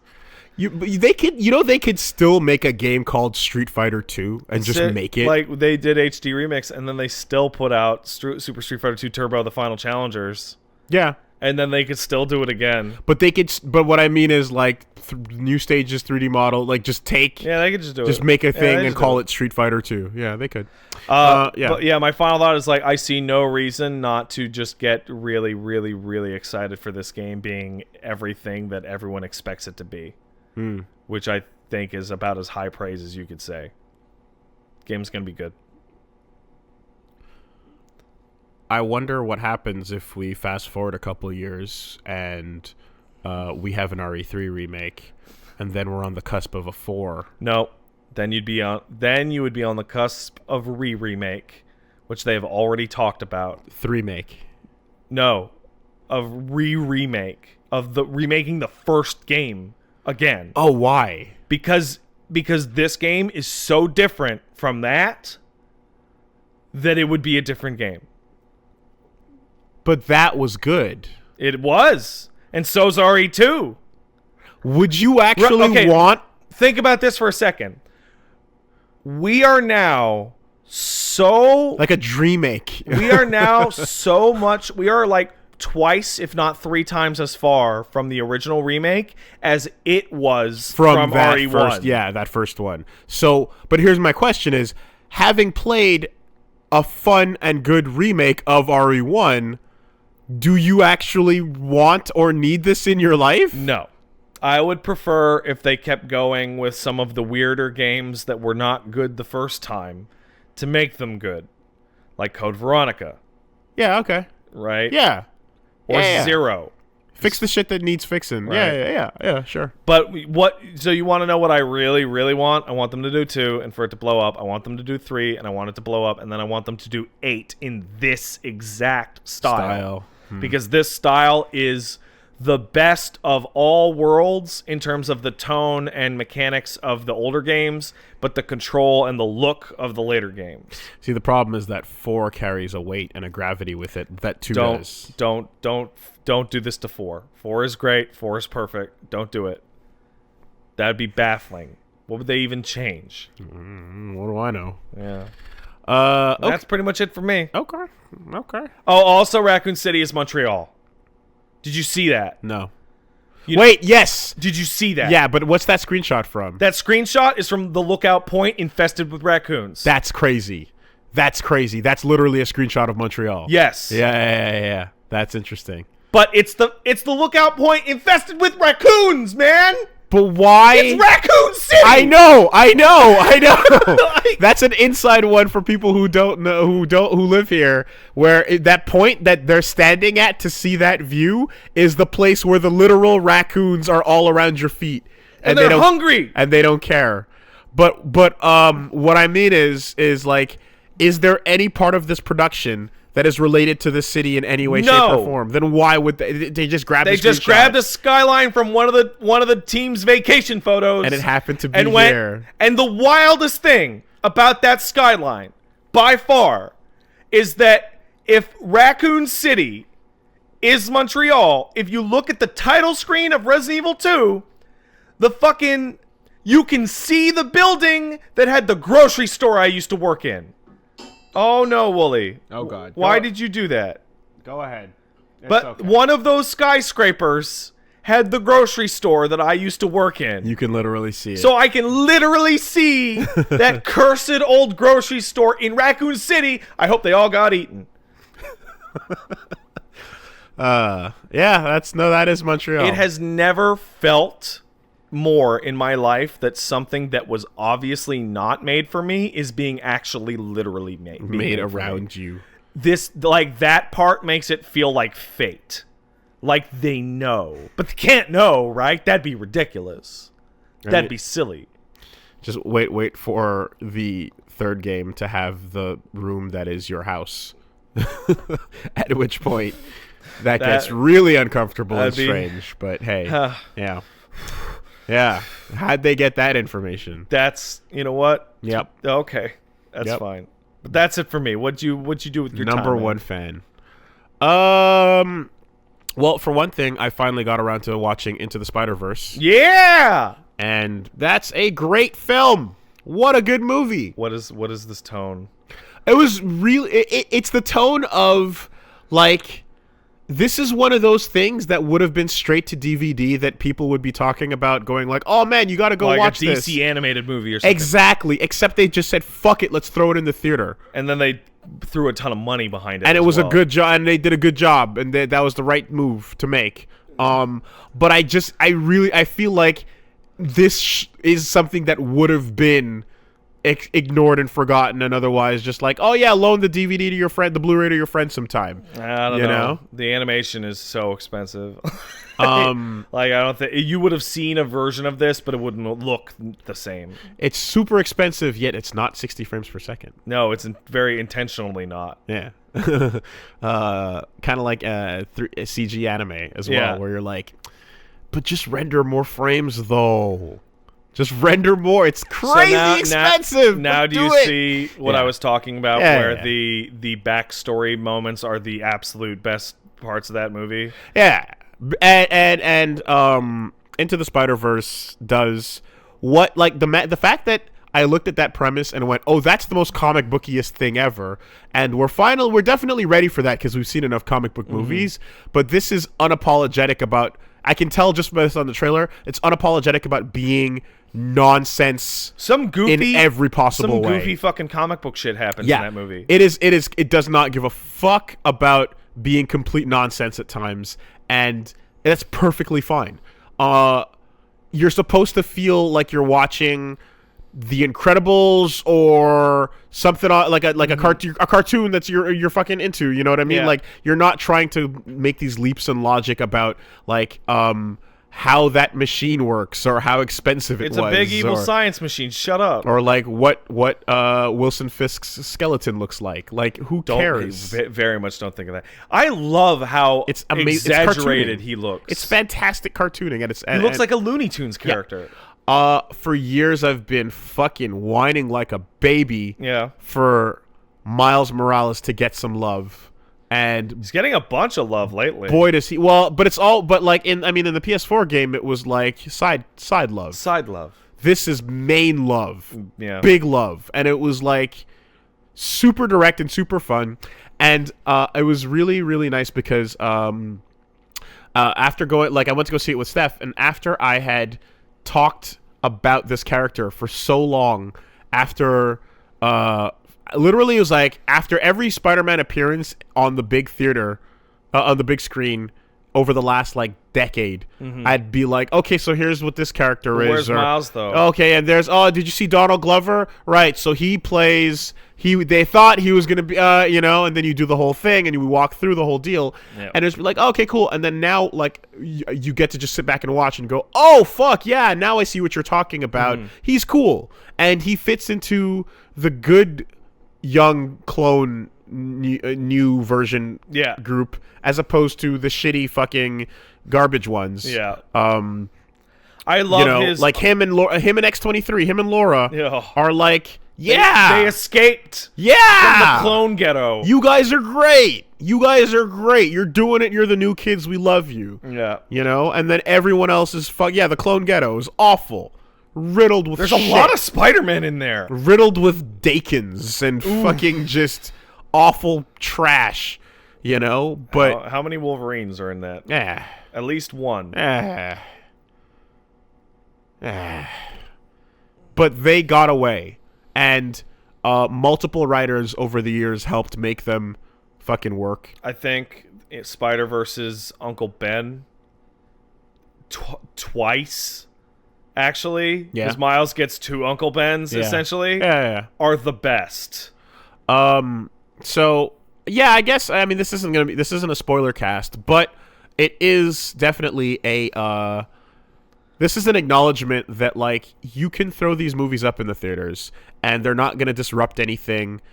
People will go see them, people will understand, and or if the movie itself takes the comic bookness of it like as lightly as the audience wants to, then it's going to work out great. Yeah. The movie glosses the fuck over the origin story in the most hand-wavy way possible. Yeah, I got bit by a spider anyway. Because nobody, like, at this, like, Homecoming already did that, right? And, like, at this point, that origin and Batman's are the number one most tired. It reminds me, we were talking about fucking... God, what was it? Batman v Superman? Yeah. And it's like, do we really need to see Martha Wayne get shot again? It's really? Again? I might have seen that 15 fucking times now. It's the most tired it's ever been. And with Spider-Man, it's like Uncle Ben in fucking, specifically in Spider-Man 1, the Raimi one, that's as good as it's ever going to get. That is like hopelessly tragic, and they have the little fight beforehand that feels like a really real fight that I probably had with my dad at one point, and it's like, oh god damn it, awkward, feel bad, but so don't try and do it again and then mess it up. There's a side aspect to it too that I didn't realize that it was an issue until we got to this point, but over the years. There used to be the three, right? You don't bring back Uncle Ben. You don't bring back Bucky, and you don't bring back Gwen Stacy. Yeah. Right. Now the thing about the three as well was the fact that and then of course there's Martha Wayne and such. There's the fucking the Waynes. But the thing about all these dead origin story like relatives and people is that they were. Like, because they were the catalysts for the most popular heroes, they became, like, idolized, Christ-like, boss-like figures. Yeah. In a way that diminishes from similar things happening to other people. Yeah. So when you find out about like Tim Drake and the shitty things that happened with his family, you're like, yeah, okay, again. Well, yeah, that sucks, I guess, but it's not fucking the Wayne family or the Graysons. yeah. And like you don't get any of that stuff exactly, right? So so there's a build up that happens over time where you're like, this tragedy is so far beyond other people's tragedies, which you shouldn't do because it takes it away from. Then they screwed up all that shit with Gwen Stacy 10 different ways back with the fucking clones and the kids and. So when you get Normans, but when you get into the Spider-Verse where. It's like, hey, we all had that. we had that moment, and it's like, yeah, for me it was that, for this it was that, but that, bop, you know, and you're like, they don't go into noirs because noirs is too dark to show in that movie. Yeah, they just kind of they play up his darkness, but noir. The funny part about noir is like I was laughing because I was like, oh, this is a hilarious take on this character, because anyone who goes and grabs that comic is gonna go, woo.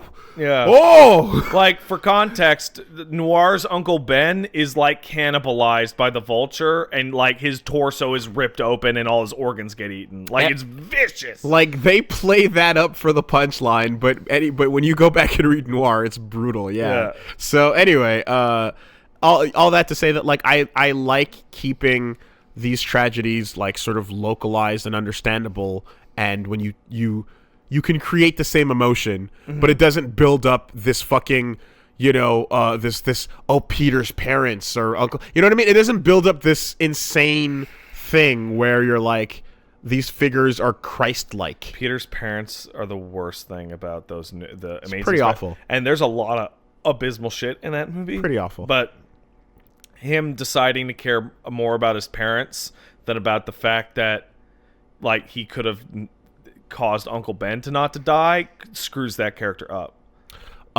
So obviously the flavor of the story through Miles being like more musical and stylistic and whatnot, and just fucking black, yes, is awesome, and I love it. Your and shoelaces it's great. are untied, man. It's a choice.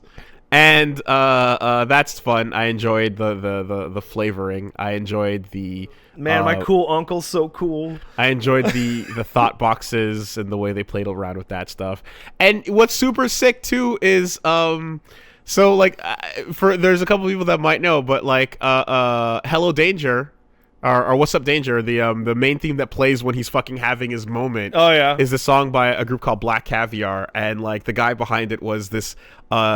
He's a staffer at like the old Opie and Anthony like days from on the radio, and he's currently still working with them. And it's a dude who's just working on the radio, doing the shit in the background. Got the main song in this big movie that blew the fuck up, and is now like killing it. And it's really awesome to see that like oh my god, that guy from fucking years of me listening to his voice in the background, Choi Kwan, fucking is getting his shit blown up, and he's getting super popular now with this like awesome song that kills it at the peak point of the movie, which is fucking great. So, have you seen a Twitter account called From Script to Screen? No. So what they do is they'll play clips of a movie and then have the script scrolling underneath it. And one of the things about Spider-Verse that I did not notice at the time, but I guess it caused me to feel an emotion, is when Miles takes his big jump as Spider-Man. Yeah. The camera inverts. Yeah. Because he's rising. And that's in the script. It's like the camera's inverted, so he's falling, but to the viewer, he is rising. And I'm like, oh! Yeah. That's so good! Yeah. That's so good, I didn't notice it! What's it called? From Script to Screen. Yeah, okay. Because the script definitely writes things in that you're supposed to just notice, but you might not. Yeah. Fantastic. That's fucking good. That's fucking good. Strong. C'est fort, ça. Yeah, so that's great, of course. And not to mention, too, that, like, they do a good job as well establishing, like, a lot in very little time with, I mean, like, yeah, so, like, you look at him and, like, oh, yeah, that's his dad's the cop, he's a black guy, whatever. His mom's speaking Spanish most of the time. Yep. She has less English. 3 lines in English total. So you're establishing that part of it as well. Yeah. Gwen's in and, like, doing her thing. And, like, yeah, I guess it's just, like, the one question I had was, like, where's Miguel? And, yes, you just kind of get, like, you get answers to everything you're looking for. You get an answer to that question, and it's way better than I thought it was going to be. So, good job, Sony. Good job on creating a world here where you can fucking just revisit and do whatever you want outside of MCU stuff if you want, and be as comic booky as you want, you know? You know what I really liked about that movie? It's okay, this is a very protagonist-centered film, character-wise, because you have one big protagonist and then 5 other side protagonists. But there are just as many villains who get zero play. Who cares what Scorpion's deal is? Tombstone does 3 things. Right? Like, Goblin is there, and the only reason you'd know it was Goblin other than Big Monster is because Spidey calls him Norman once. He calls him Norman, yeah. Right? Yeah. Like, who cares? It's not about them. Yeah. And, well, I mean, there's the ones Doc gets one. The ones that get play are like the ones that should get play. Right. So it's fine. Excuse me, excellent. And yeah, I would love to see these otherwise straight to DVD type situations happen theatrically. They are talking about doing a TV show. We brought it up last week. Exactly. So that'd be fun. There'd be a lot of places to go. The credits shows you a lot of little nods and jokes and to a lot of places, references. Yeah. Also, they got every meme in. They got every single meme in. They got the one that really mattered in. Well, it depends. The desk or the point. Didn't they get both? They got both. Yeah, I'm like, they got both. Because the point is the harder one to do, but they got the desk in really early, so fast that a lot of people probably didn't even notice. It was but then it's clean. It's clearly happening. It's like, yeah. So I love that we live in the world now that all these people that are making these things are like, man, remember that stupid shit? It was so dumb. They're hyper aware because they're literally just our age, but now they're working on that shit instead, you know? Like, exactly. Fucking great, man. I would love to see this as well with other things that are not Spider-Man. If you wanted to go tell any good run on a comic, well, I mean, this is original, but like any good run on any comic that's like worth telling in its own isolated way could make for an interesting animated standalone feature, you know? And I like that this proves that. So, fuck yeah, to Enter the Spider-Verse. Can we get a Enter the Spider-Verse again? But it's 5 new, completely different. Because like I can think of a couple that I'd love to see Japanese Spider-Man. Ben Reilly. Come on, Japanese Spider-Man. Come on. Fucking. The spiders. Sure, Spiders Man. Spiders Man. Oh man, you can do that. You can absolutely do that. What a pain in the ass he'd be to animate. You could fucking Leopardon. Yep. Go full on Supaidaman. Yeah. You can get Emissary of Hell, man. You know, you could get and fucking throw in Spider-Side or Doppelganger just for the fuck of it. You know. Sure. Yeah. Absolutely. Aunt May was great. Yeah. I appreciated that Aunt May. That was a fun one. They have a one-line throwaway that implies a huge backstory that they never go into. Did you catch that? That she says? Yeah. So this is the minorest of spoilers, but Doc Ock says, my enemies call me Doc Ock, my friends call me Liv. Yeah. And then when they bust into the house to have the big fight, she goes, hey, Liv. Yes, absolutely. And I'm like, wait, what does that mean? What was going on here before this story started? Totally. Yes. Yeah, that was great. What? Yeah. True. So that happened. Also, I played a couple things this weekend, streamed a couple things, and one of them was Ikaruga. I saw. Or should I say Ikaruga? Did you beat Ikaruga? I beat Ikaruga. Good for you. That's tough. Well, I did. It was illegitimate. Wait, what do you mean it was illegitimate? I use continues. Oh, fuck off. Did you beat it? Yeah. Yeah, you beat it. Yeah. Good. Okay. But that's all that matters. But the real purpose was to share the lore. Oh man, because I really wanted, because it's a beautiful game and it's been re-released for so long, but I really wanted to get into the lore and explain part of what's happening with the Buddhist themes in the game alongside the basic sci-fi themes. And yeah, if you want to check out a little like Ikaruga lore 101, I popped a video, Solidus popped a video up of the highlights, but like That game has like actual it has multiplicative themes of Buddhism, reincarnation, and in general, the path to enlightenment. Okay. Are what I feel are what the game is actually about. With it, which is, hey, shoot the opposite color. Yes. And sometimes you gotta act. Sometimes you gotta be black. Sometimes you gotta be white. That reminds me of one last thing that I want to talk about before we go to news. The black bullets only hit you when you're white. The white bullets only hit you when you're black. Otherwise, they make you more powerful. So the same color makes you stronger. Powerful. So you can destroy the other color. That's exactly right. But then the other color, when you destroy it, will fight back against you with its own explosion. It's yin and yang. Sure it is. And then inside of that, like, there's literally a story with characters that do things and stuff, so that's always fun to explore. Shmupping is just the hardest shit, but it's so fun and so rewarding. It's just the rawest. I'm so bad at it. But it's the rawest form of video game, you know, outside of like platforming. Yeah. You know what I mean? It's so raw. Outside of irritating stick. Irritating. Exactly. Irritating stick is the truest of all video games. Yeah. But it's just a pure experience. And in that shmup in particular, because it has no power-ups, you're not really collecting. I'm not a big shmup guy, but Ikaruga's the one. That's correct? the throne. Yeah, it's the it's the throne.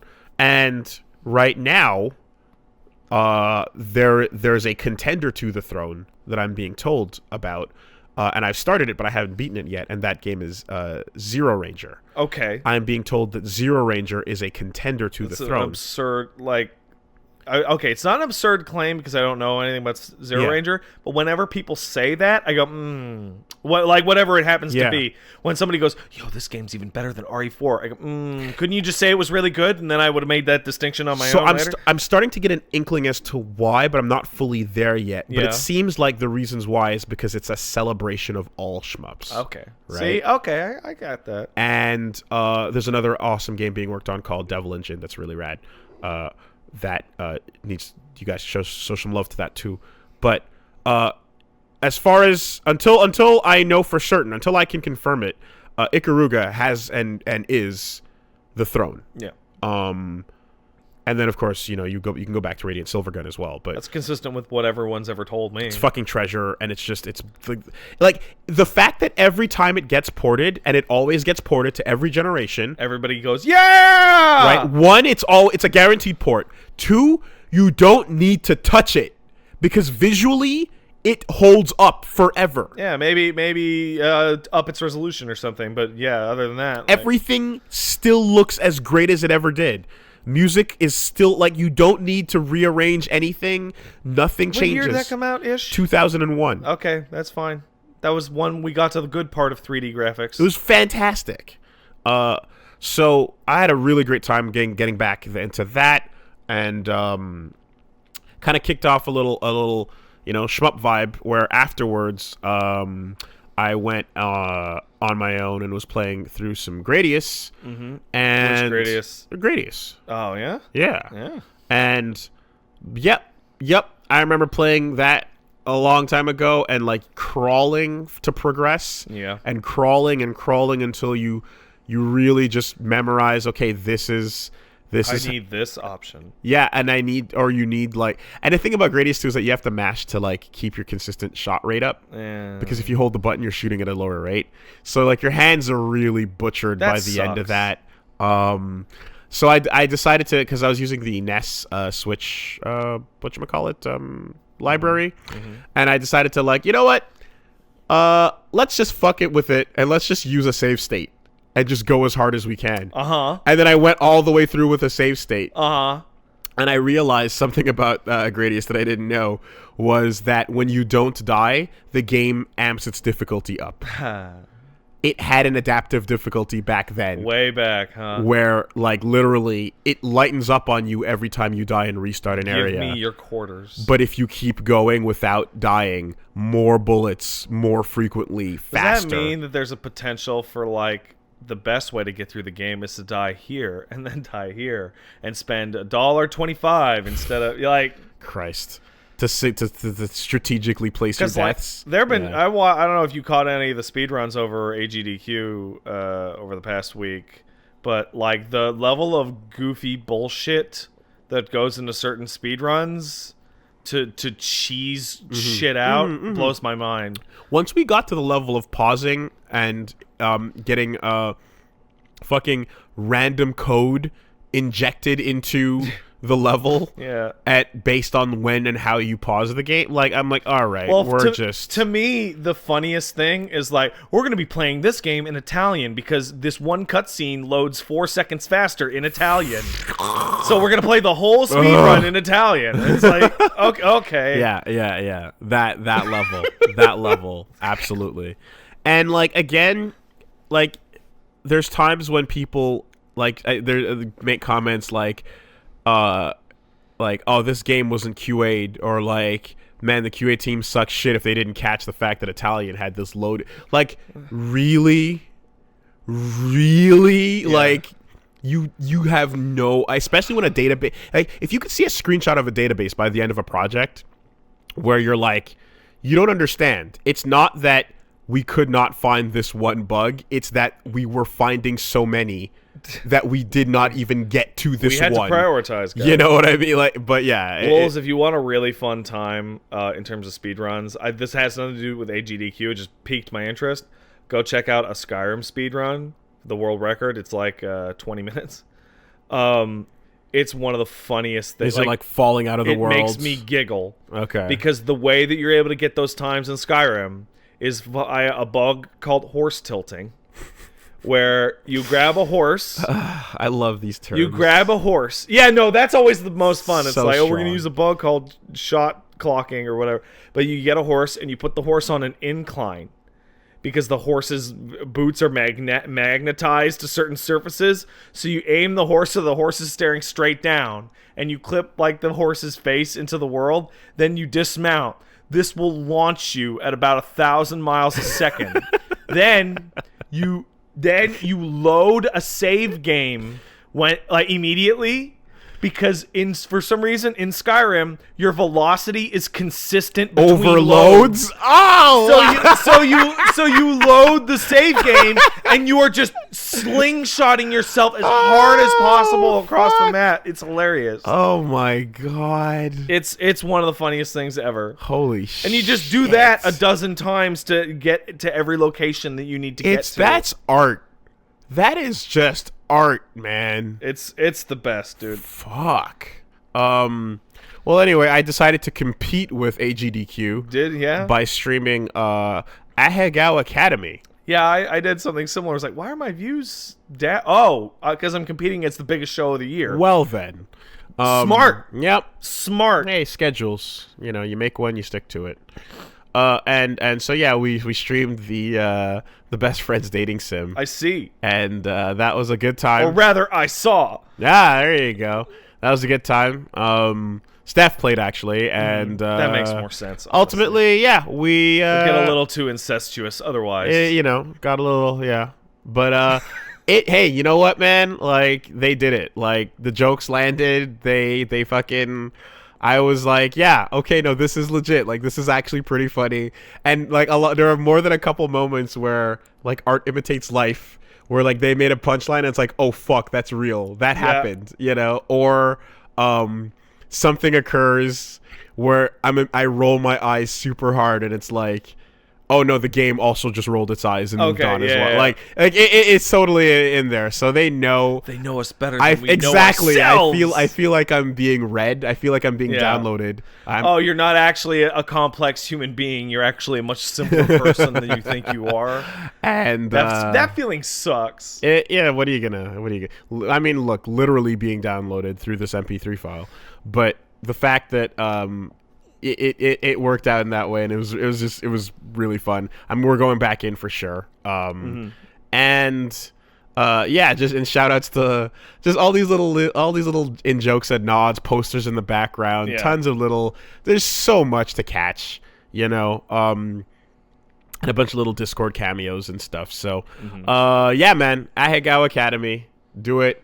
We couldn't be in Asagao Academy, so They made that wouldn't make any sense. They made their own for us, and it's cool. I'm glad. It's fun. There's also jokes that I don't get from LPs. They might not be yours. Exactly.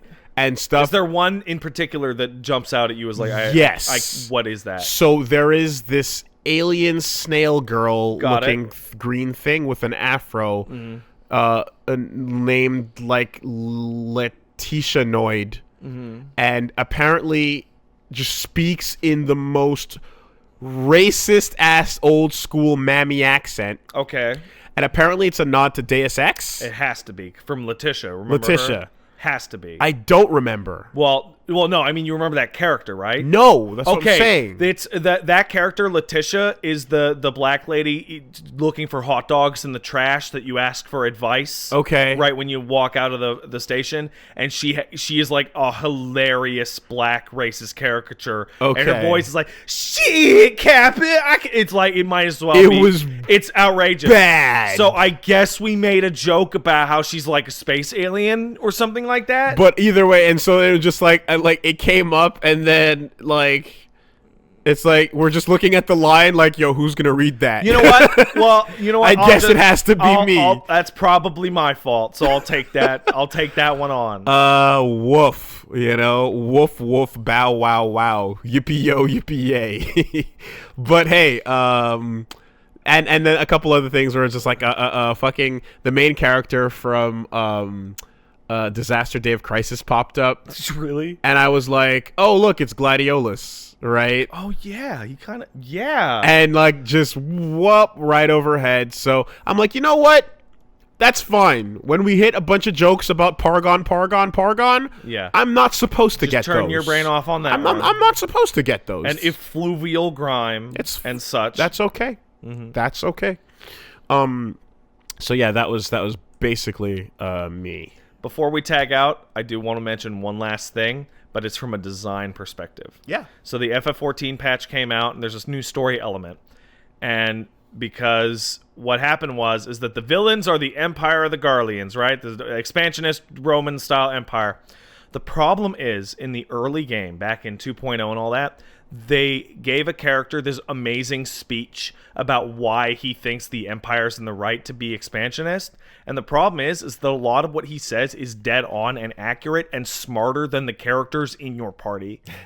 And it caused a lot of the player base to go, you know, these Garleans ain't so bad, you know.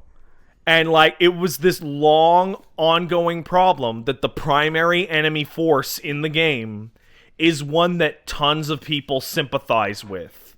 That's a weird problem to have in your Final Fantasy game because they're an evil empire, right? That's awesome, and that is the best kind of villain. Right? But that villain later becomes a hero on your team, and they're okay, so now everyone on the team is evil. All right. How do we make them... Oh, people still like them because they're too cool. Yeah. Right? They all have really cool design. Yeah. They all have the judge. Yeah. Okay, how do we make people not like them? Let's add a bunch of demons to their team. Yeah. Didn't work. Yeah. Okay, let's evil human experiments. Oh, but the things that came out of those were cool. Didn't work. Xeon, snazzy dressers, man. So this patch, they finally did it in the most blunt way possible. Oh, do they feast on babies? No. We have a conversation with the leader of the enemy faction, and he's charismatic, and he's smart, and he's cool. And I'm already feeling like, oh man, they super screwed this up. The next expansion is about taking it to the Empire. What the fuck are they gonna do? And the guy's like, you know why we're fighting this war? To make sure that there's one pure race. The ultimate race. There you go. This is a race war. There you go. And everyone at the table goes, what? Yeah, okay. And it's like, we had to go to... race war. Yeah. Because now your cool charismatic perfectionism is that's because you see yourself as... And he's like getting off in his pantaloons when he's like, it'll be great. Yeah. We won't have all the weaknesses of the... And it's like, all right. So the race war started years ago. Yeah. But you only found out about it now. Race war now. Yeah. Okay. Got it. And it's like, okay. It was a hidden race war. Cool. And it's like, I remember I was playing the patch on stream and everyone in my chat was getting, oh, the part is coming. And I'm like, why is everyone getting so excited? We're just saying, oh. So they fixed it. Yeah, they fixed it. Good job. So now they got to go. Yeah. Now they got to go. I mean, so like, you know, we've like the conversation's been had many times, but the best villains are those whose motivations are hard to argue with. That's the villain you want. The one whose side is actually pretty convincing, but is still going through with it because to them that's the right choice. So the best part about that shout outs to Steel Ball is Run. the fake reason, the fake reason that the villain gives you before the real one is really good. Okay. And it's literally, we used to live in these countries, and 200-300 years ago, you guys invaded us and kicked us out because we were a weak nation. Now we're a strong military nation, so we're taking it back. Yeah, in your lifetime, it was always your land. Yeah. But you took it from us like 150, 200 years ago, so fuck off. Exactly.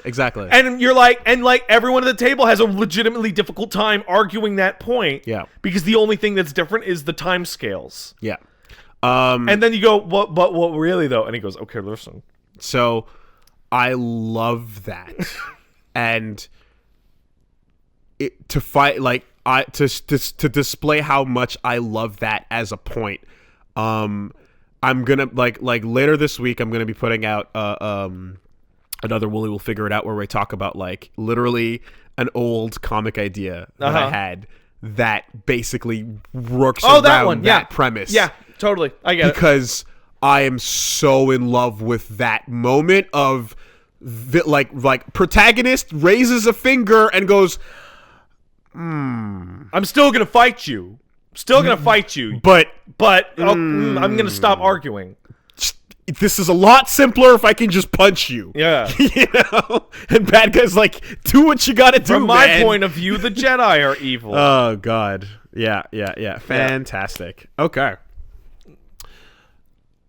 The news. Da-da-da-da. That's not even close to... That's not what it was. I don't know what to do now. The news. This week... Is the Fallout 76 stuff in there? Oh, it sure is, and that's exactly where we're going. But you should tell people what you're streaming this week. Hey, you know what I'm going to stream this week? Stuff. When? No, okay, on Friday I'll stream Ace Combat 7 because that's coming out. Mm-hmm. Because Ace Combat's the shit, and we're going back to the strange, real nonsense timeline with the Belkans and all that shit. That'll be on Friday.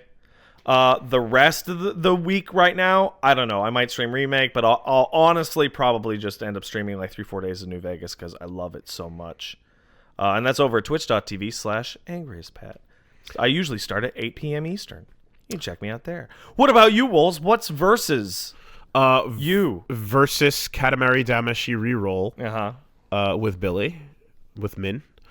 Versus Zone of the Enders Mars.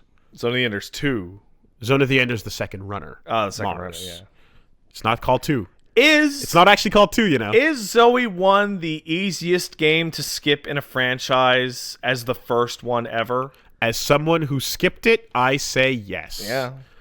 Specifically because I also made sure to load up the original PS2 disc and watch that fucking previous story. Yeah. Because there's a 10-minute summary for people. And that's all you need. And they know. They're aware. And you get a sample of what the gameplay is like in a later mission of Zoe 2 when you're saving the people and doing that. Sucks. And you're like, oh, do you want more of that? It's the shittiest mission in the game. Debatable. There's another really unfun escort mission in the left. Right, really early in the beginning. Left. No, hold on. There. Move forward. Stop. Right. No, I'm talking about fucking dragging what's his face around. Oh yeah. In the factory, when you find Otacon, and then you gotta grab him and fucking and drop him on the ground and take out the raptors and then pick him back up and fly through the factory. Yeah.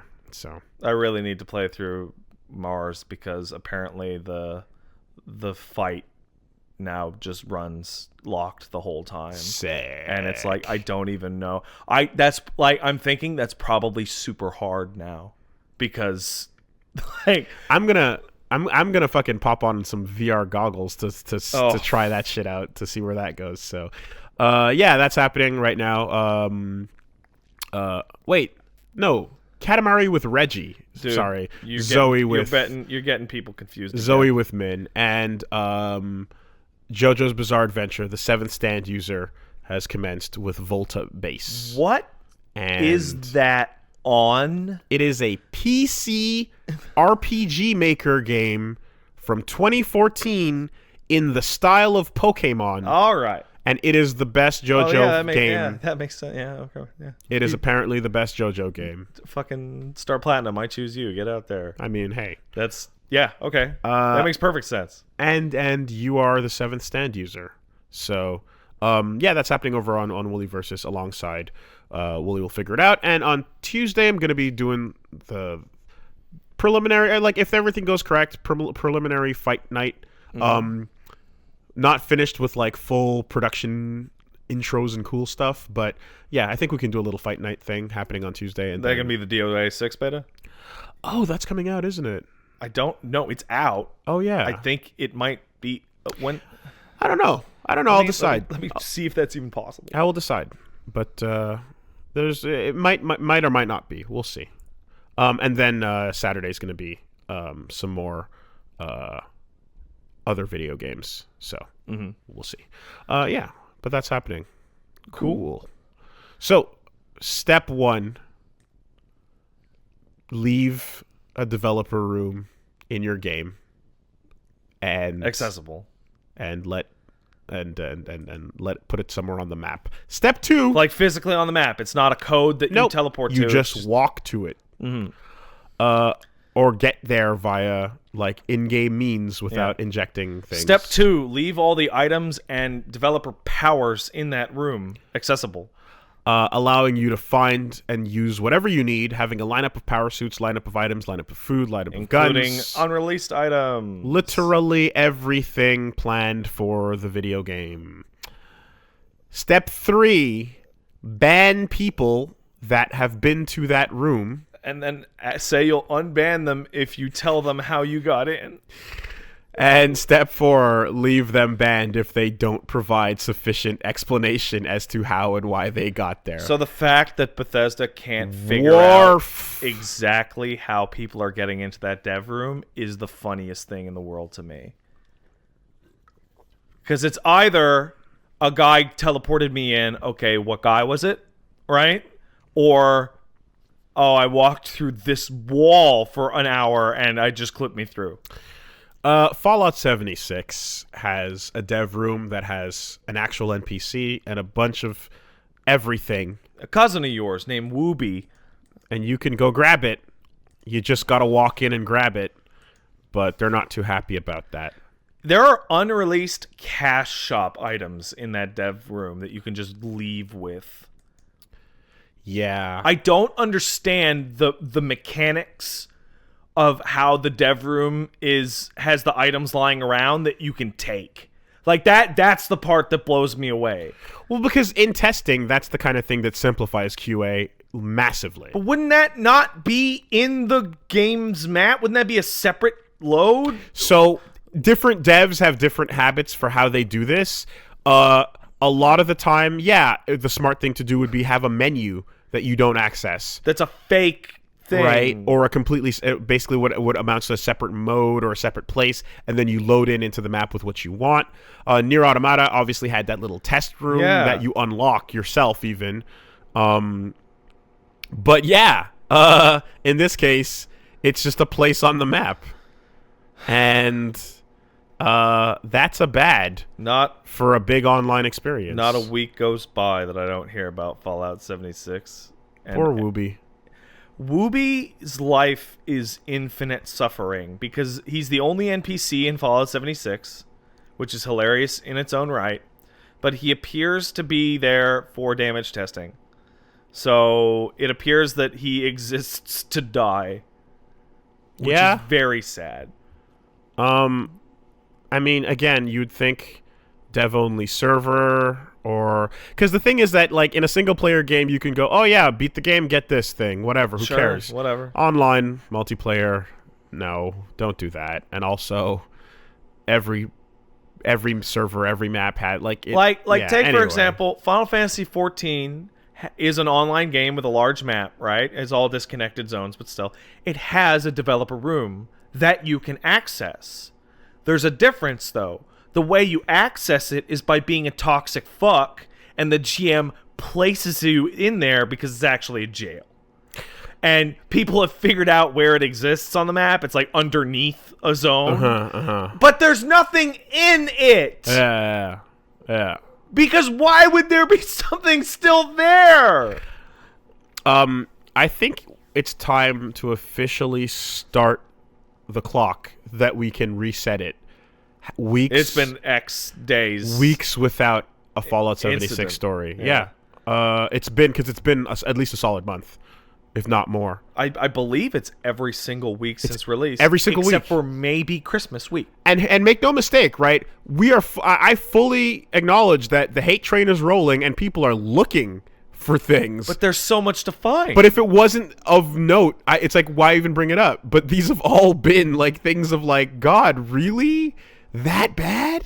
Hey, we banned you. Write a letter telling us why mods are bad. Hey, we banned you. Write us a letter telling us why we banned you. Has anyone ever done anything like that when it comes to like an online game in any way? Yeah, Fallout 76. Prior to this moment? Oh no. Where never the banning was conditional upon apology letter. Well, I was gonna say a fucking appeal. Right an on appeals the board. process. Right on the board 100 times. I will not use Russian hacks to clip into the dev room. Man, yikes! They broke new ground, man. I feel like that's probably because there's a way, like they want to hear from you that you just walked into this corner and then fell into it. Yeah, what they don't want to hear is that, so I tore your game up and used a program that I invented that I sell to people now. Right. To walk through walls in your game and right. you can't figure it out. Good job. Yikers. So, my favorite part about this, I was talking to some people about this, and I'm taking it on their word, so apologies if it's mistaken. But the basic deal is that they are banning anybody who walks into the room. Yes. And grabs items, yes. right? The problem is that the people who are walking into the room to grab items are doing so with accounts they made specifically to walk into the room to grab items. Oh, okay. They are then taking those items and selling them on eBay. Well, of course. Like, what else did you do? Not sell them? But then they get to keep their real accounts that didn't do that. And to their credit, apparently Bethesda is not banning people who buy those items, merely people who are managing to find their way into the room. Right. But fucking still, man. Like, reset the clock. Reset it. That's no. But hey, if you own Fallout 76 on Bethesda launcher, you can get Fallout 1, 2, and Tactics for free. You know, it'd be those games are worth $12. What I would love to hear, I'd love to hear that somebody writes in an explanation, and then they go, "Oh, okay, cool," and they unban them, and then that person pastes that on a forum somewhere, and then it's like, "Hey guys, just control fucking V this into an email, and this why wouldn't it work, right?" And then everybody can just do that. And then, great. Now we have the canon explanation. You having a hard time over there? I'm having a hard time. Okay. I hit my lamp. It's and a weird, weird magnet. It's a weird magnet light. It's okay. On coasters. Yeah. It's there. fine. I fixed it. There I'm you go. smart. Yeah. Just I noticed you're watching the Outer Worlds trailer on this page. Well, no, it's the end of the footage actually. So that they threw it in. That's really funny. They threw it in at the end. Oh man, that's really funny. Can you explain why? Because that's the game being made with a new engine by Obsidian. Okay. And it's being poised as the sequel to Fallout New Vegas. Yes, right. In space. The complete other game that we saw announced on the thing. And that's right. and every time Fallout 76 comes up, people go, "Yo, Outer Worlds is coming. How about this game? Yo, yeah. So that's literally baked into the video. That's hilarious at the end. Man. Yeah. Anyway. And they don't stop coming. And they don't stop coming. And they don't stop coming. And they don't stop coming. Yeah. So, no surprise really, but Hunk and Tofu. Hunk and Tofu. Tofu, I'm surprised. Because giant 3D tofu in this environment. Tofu's like the weirdest they ever got. Ever. Tofu's so fucking goofy. Well, it was just a hitbox, wasn't it? I believe it is the testing hitbox. It was the testing hitbox. Then they just went, yeah, fuck it, make a mode out of it. You're cool. And I never beat the tofu mode in the original Resident Evil 2 because it's knife only, right? It's knife only, and the knife in that game is worthless. So the only reason you use the knife is to tag enemies so that they move. What is Hunk in terms of the differences in gameplay? Hunk's story is a battle challenge.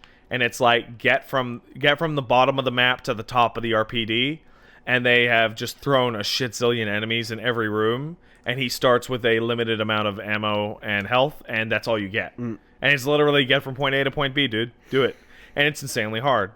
The most interesting thing about this trailer, not the trailer rather, but the screenshots they put out with the official announcement, is you see Hunk and Tofu on the street, which they were never able to do before. So it's possible that their missions have been like much expanded. Okay. Or like random mode has character select. Random mode will assuredly have character select, but Hunk and Tofu would still have their own modes. Data miners found the label for the fourth survivor, which is Hunk's thing, Tofu Survivor, which is Tofu's thing, and another mode called Ada the Spy, which is probably an Ada version of this kind of thing, like Separate Ways in RE4. Yeah. There's going to be so much in this fucking game. Content. Dude, if that goddamn randomizer is built in, I'm going to play so much Resident Evil 2, man. Very many times. For the rest of your life. Yeah. I mean, there's no real difference between that and how it is now, because I replay it every year or two, maybe, but still. So this was just a bit of a tag on to last week's story, but fun nonetheless. The Bowsette artist, creator, the original creator of Bowsette, received a fucking trophy from Pixiv and NicoNico for outstanding achievement, despite Nintendo's best efforts. You can't stop the creepy artists, Nintendo. They'll give each other awards over it. Yeah, I'm like, I want to think that Nintendo was trying to intercept the mail. It's too late. Like, no, soften. Everybody go flaccid. No. I refuse. Yeah. Yeah, there's a picture posted of Haniwa, where there's the trophy, and then there's Bowsette being like, "Oh yeah," and fucking Toadette in the background is all super upset. pissed off because her moment is gone. Her shine got fucking stolen. Literally shine blocked, and she'll never get it back. Never. And Bowsette continues to be the champion of Japan. And the world. There you go. Every game that doesn't feature Bowsette is a coward game from now on. From here on out, it's been established. Yeah, the list of coward Nintendo games. I want Bowsette to be that question that Nintendo employees hate every time they get in front of a microphone. You know, that question. Oh, so even though they put in the Luigi joke and they're basically ending it, fans won't let it happen. No. Like, you remember every time a Square Enix rep got in front of a microphone and fans could talk to them, they'd be like, "So you guys remaking FF7?" Yeah. For like decades. Yeah. I want it to be that. Right. So every time Reggie gets anywhere where fans Yo, Bowsette, where's she at? Where's Bowsette though? Yeah, yeah, yeah. And just get to see the look on their face. It's just like, Actually, Japan's leading the charge on that one. Oh, yeah? If anything, they've taken like a duck to water on that shit. So, yeah, that would be hilarious and amazing if this is not the end of the story, and if Nintendo is assuredly forced to confront it again and again and again. Until, like, you guys couldn't make it happen for Waluigi, but let's see if we can get it going for Bowsette. Though there is a legitimate concern where like, because it's become so popular, now it's like, okay, but do you have to credit this guy? Do you own it? Obviously, you need to, but you should credit him, but it's his character. They own Bowser and they own Toadette. Yeah. Like, but you know what I mean? Like, that's the problem. And if I was that guy, I wouldn't mind if they just put a little Bowser. I doubt he does. But regardless, it becomes a question of like, it's the same thing when you go up to a creator and you go, I've got a great idea for a story that is in your world, and then they say, shut up, don't tell us, because then we can't use it. Exactly, because you get to sue them later if they do use it. So it might be one of those concepts as well, where it's like, yeah, that's cool, but guess what? We can't use it because it's not ours. We were planning a really hot Bowser game, and now we can't. You guys, you ruined it by creating it first. Damn. I made that X-Men fighting game in my mind. Children of the Atom ripped off 10-year-old Pat. We've been over this. Yeah, they ripped us off. Who else could have thought of an X-Men fighting game? Who else could No one. Who else could have thought of Marvel vs. Capcom 2 starring a pirate girl? Yeah, that one's way more specific. That one's really weird, genuinely. Yeah. And in Liam's case, Memento as well. So that was a funny one. Yeah. But again, she was a buccaneer. She wasn't a captain. Legally distinct. Okay. Speaking of legal. All right. Speaking of distinct. Uh-huh. We got a wild one. All right. And we're going there. It sounds like I don't know what you're talking about. Oh, you know what we're talking about. Oh, I know what you're talking about? Yeah. All right, let's see it. The amount of preface I'm giving this should tell you okay. in what you need to know about it. Uh-huh. Randy, what are you doing? Randy, no! Randy! Stop, no! Randy!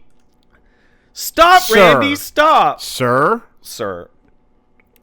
I think I found your USB stick. Sir, I believe this belongs... Sir, you need to stop watching that here in the medieval times. Sir, you need to take this USB and leave, sir. So, let's preface this with a bit of trivia. No, let's preface this with, this is alleged, and we don't know at all whether or not this is true or confirmed, because we are reading what articles, people are reporting on. Yeah. We have no with idea. Lawsuit allegations, etc. And we are in no way insinuating. We gotta talk around it careful, because, lawsuits. But so the part I'm going to describe is not alleged, because it's something that Randy put on his Twitter, completely opposite of this a few weeks, like over a month ago, I think. Let's preface it. Do you know what Randy Pitchford's game of the year for 2018 is? No. Sea of Thieves. Why? Yeah. Okay. Right. I just thought that was funny. So, right. There is a lawsuit against Mr. Randy Pitchford, CEO of Gearbox and noted possible thief, alleged possible thief of Sega dollars, alleging that he also stole $12 million of company money for himself. Not that bad.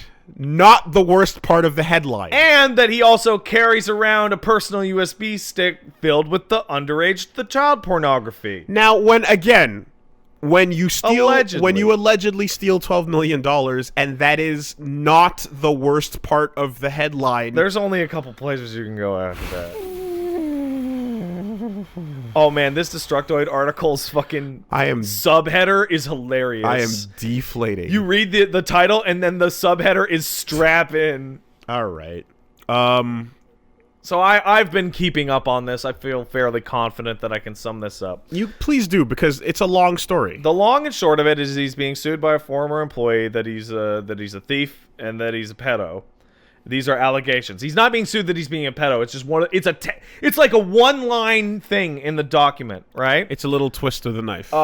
Except this stems from a incident in which Randy Pitchford left a USB key at a medieval times that contained both sensitive corporate documents that involved sequels and game design ideas, as well as business shenanigans, usual documents you probably don't want people looking at, as well as, let's call it dubious pornography, right? Randy then, on December 22nd, went on a podcast to explain what the nature of the dubious pornography was, and that it wasn't underage. It was a video of a cam lady that he purchased from a barely 18 website, in which he described her as not an actress but a magician over the amount of fluid she was able to produce. Okay, I did not get this level of detail. I told you, I've been following it. It's Holy hilarious. Shit. Now, this podcast that he was on was weeks ago, but nobody caught it until recently. And it goes into the spot of, Randy, you're in a lot of trouble with this kind of lawsuit. Do you have a lawyer? Because your lawyer would tell you to shut your fucking mouth. That's generally the first thing they tell right? you. That's usually what a good lawyer says right away. Not to go on a podcast and explain, no, she's not underage, she just looks creepily young. That being said, the brunt of this is the theft allegation. Yeah. Which is not the first or even second, I believe, theft allegation that Randy has received.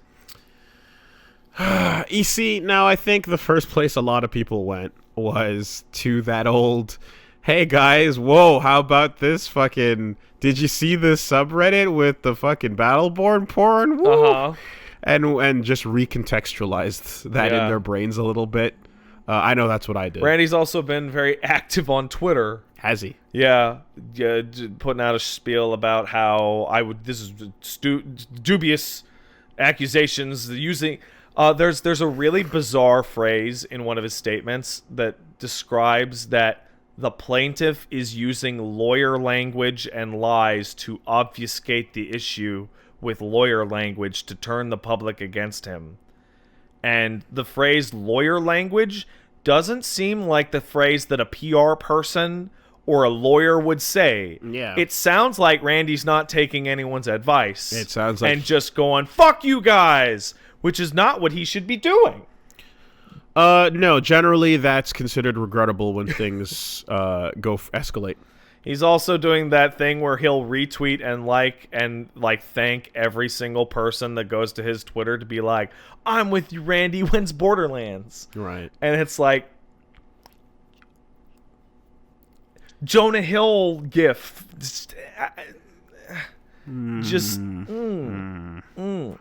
Interested to see the outcome of this lawsuit. Yeah. And other issues that would result from it. So when...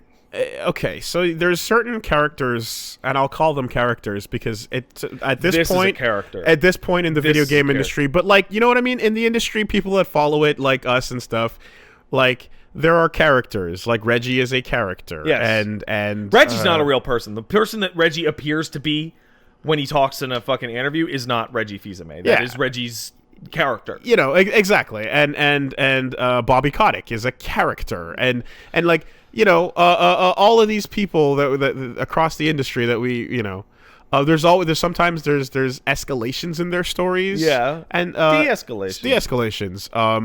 Cliffy B has had escalations. And now he's de-escalated to nowhere. This is ripping it out of the world of character and making it uncomfortable. Because that's like, oh no, the CEO funny slimy magician man is slimier than expected. The lols that we had at Randy's previous antics, these are now not antics anymore. And Or it's funny you know what it's just because of the accusation of the specific pornography. I guess so. Because if that was not here, you would just go, well, Randy allegedly appeared to steal a shit ton of money from Sega. Why wouldn't he lift it from his own company? You know, like, oh, that makes sense, right? But then you add this little wrinkle, and it's like, ooh, Yeah. spicy. Yeah. Yeah. Allegedly spicy. Yeah. No, I get characters, you know, and Dennis Dyack and What happened with everything on that team? Yeah, Very similar story. Killed that project. You know, Like, oh. you guys like samurai swords and harassing the secretary? No, bro. Just a samurai sword. Anyway, please look forward to more Borderlands. Borderlands, if you would.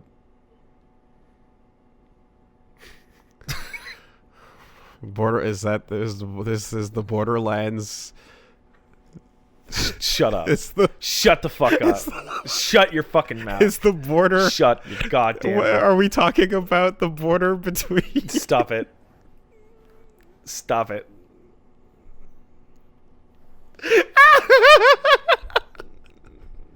Is it a time frame? Fucking shut up.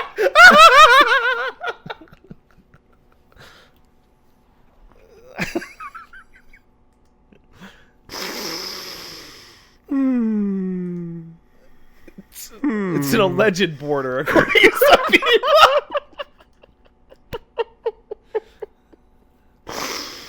Eject. Let's get the fuck out of here. All right. Hey.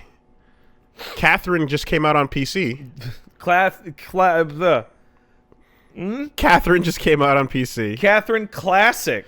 And that... It's labeled Catherine Classic. Isn't that weird? Yeah, very. And that means possibly good things for Atlus in general. Yeah. In terms of acknowledging PC releases. Look, that engine go on the PC. It work.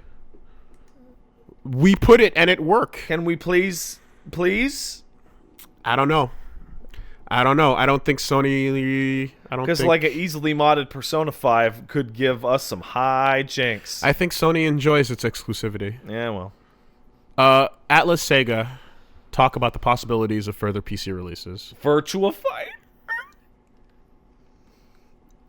So, recently, after the release of Catherine, people were like, yo, guys, are you going to do this with other shit? Because there's a lot of other shit we would love to see. It's tons of Sega games I'd love to see on the PC. And, yeah, they said they wanted to give the PC audience an opportunity. And they bring a couple Catherine over randomly, like Vanquish. Vanquish. And I was Bayo. I was about to say Vanquish, yeah. No, I never expected those games to come to PC. No. But, like, Sega, and that's Sega in general, but, like, the Atlus part of it, though, is the one where you're like, well, like, they never fucking bother. So, yeah, all they said was, what was the exact quote? Let's see here. It was like the possibility is in the future is open. Like, where's the exact fucking quote? God damn it. Wooly has to get over there and look at the thing. We hope to have exciting news to share in the future regarding publishing on PC. I also hope that there's exciting news in the future. Oh, I got bad hiccups, man. That's it. That's all. They hope for exciting news. I also hope for... We can all hope for... Wait, fuck you, company. You hope for exciting news. You make the news! PR person wrote this statement saying they hope to be told about news from higher-ups that is exciting in the future. I would love it if PR people were just like, fuck off. It's not gonna stop bothering. Like it would be so much. It'd be so refreshing. Well, again, and then the moment that happens, that PR person becomes a character. Yeah. Remember Perrin? I'm a zany person. Remember Perrin Kaplan? Nope. She was a Nintendo Jedi. Literally. Back in the days of IGN 64. Completely forget. With Matt Casamassina.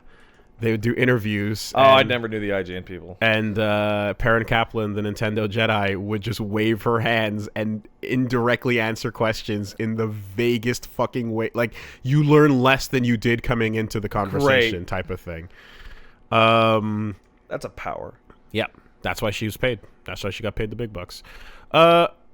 So it's a little tidbit, a little detail was dropped, but Sekiro apparently will be on the higher end spectrum of freedom compared to previous FromSoft games. Cool. In particular, this is referring to the hub and the world, and the fact that when you break it down, there's idols that replace bonfires, more or less. Yeah. And they're kind of describing how this is basically going to be the largest fucking hub area any game has seen, and it's also going to have a level up lady. Cool.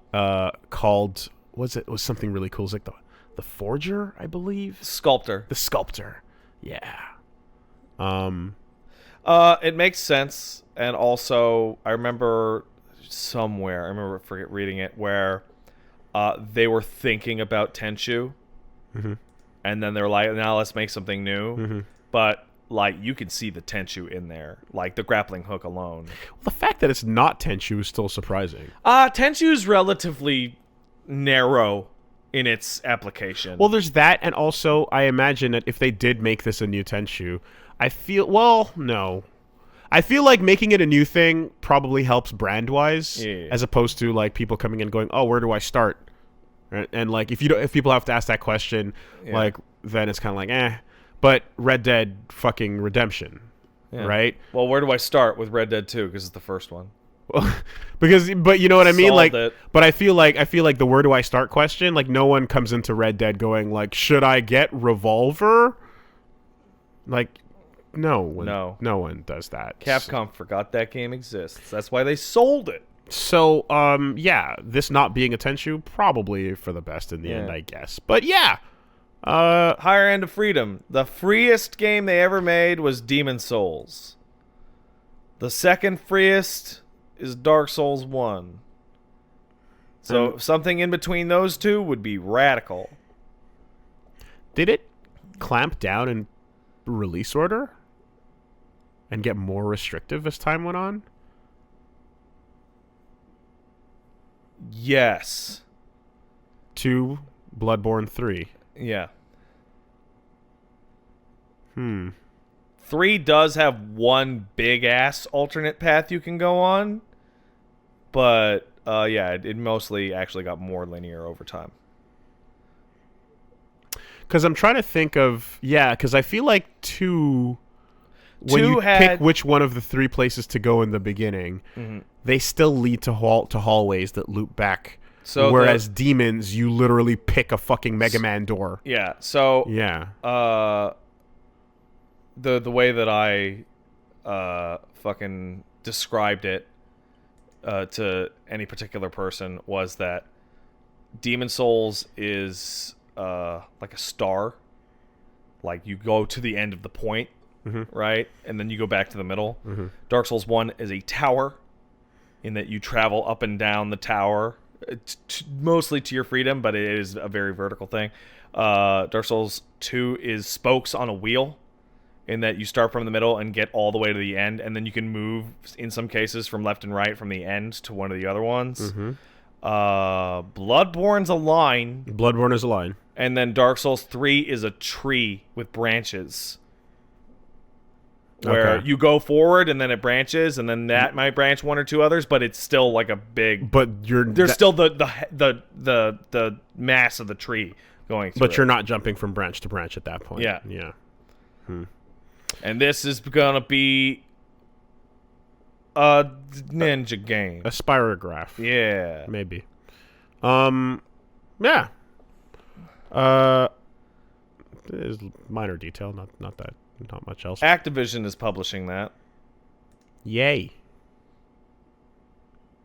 That's exciting.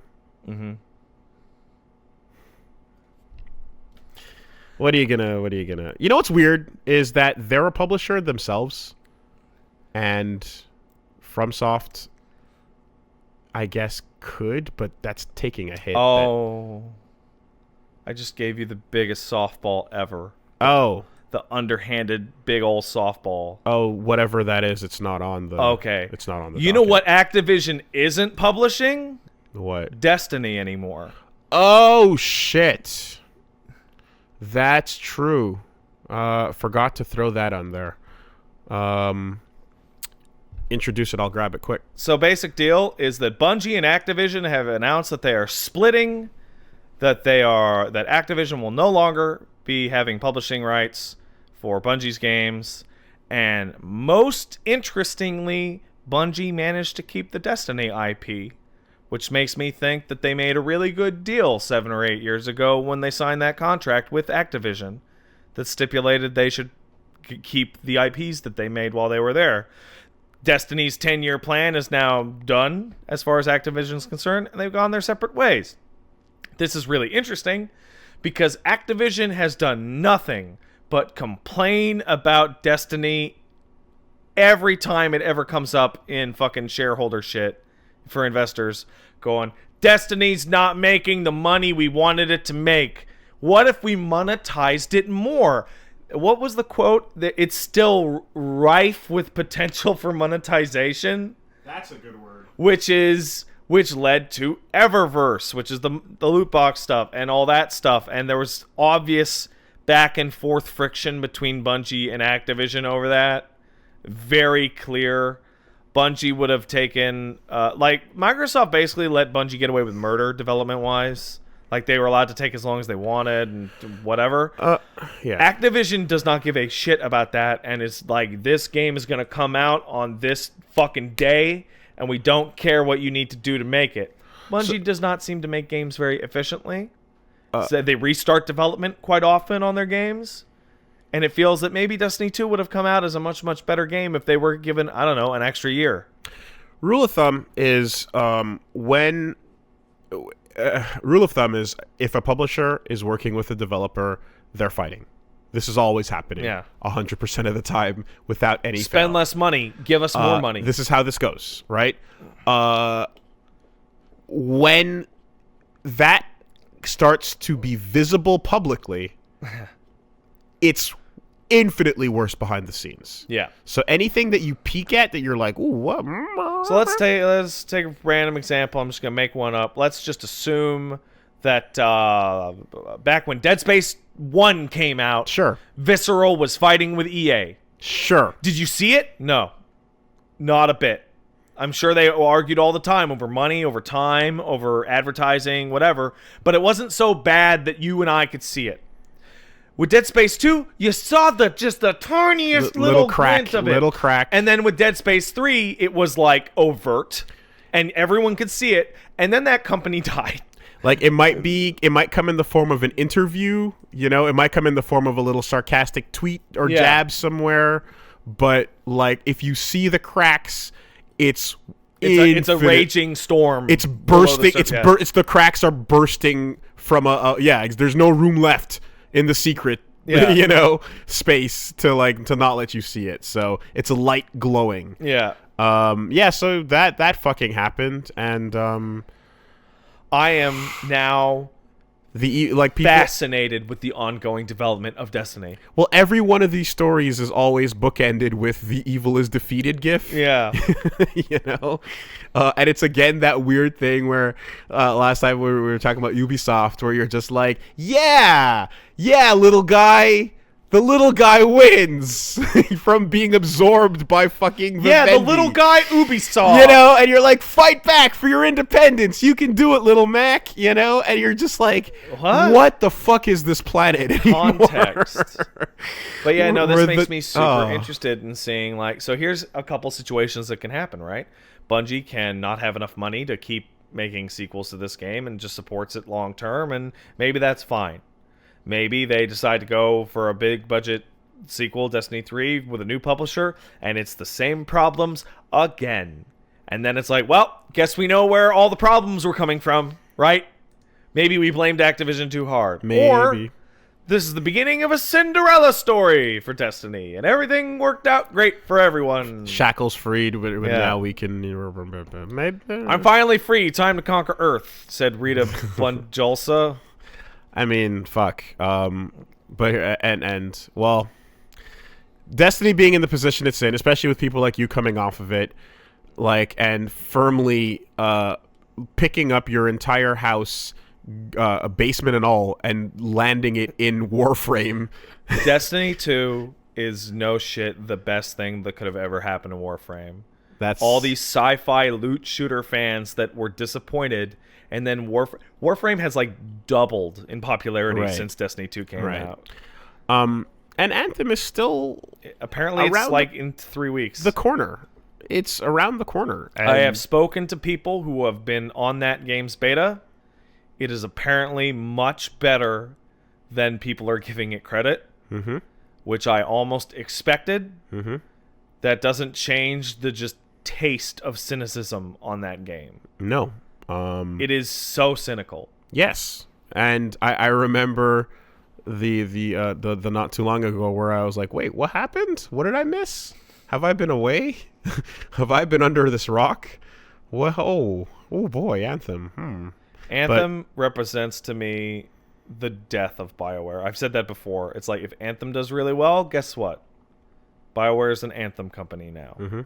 If it doesn't do well, say goodbye to BioWare. They're done. They're done, yeah. Like, it's lose-lose.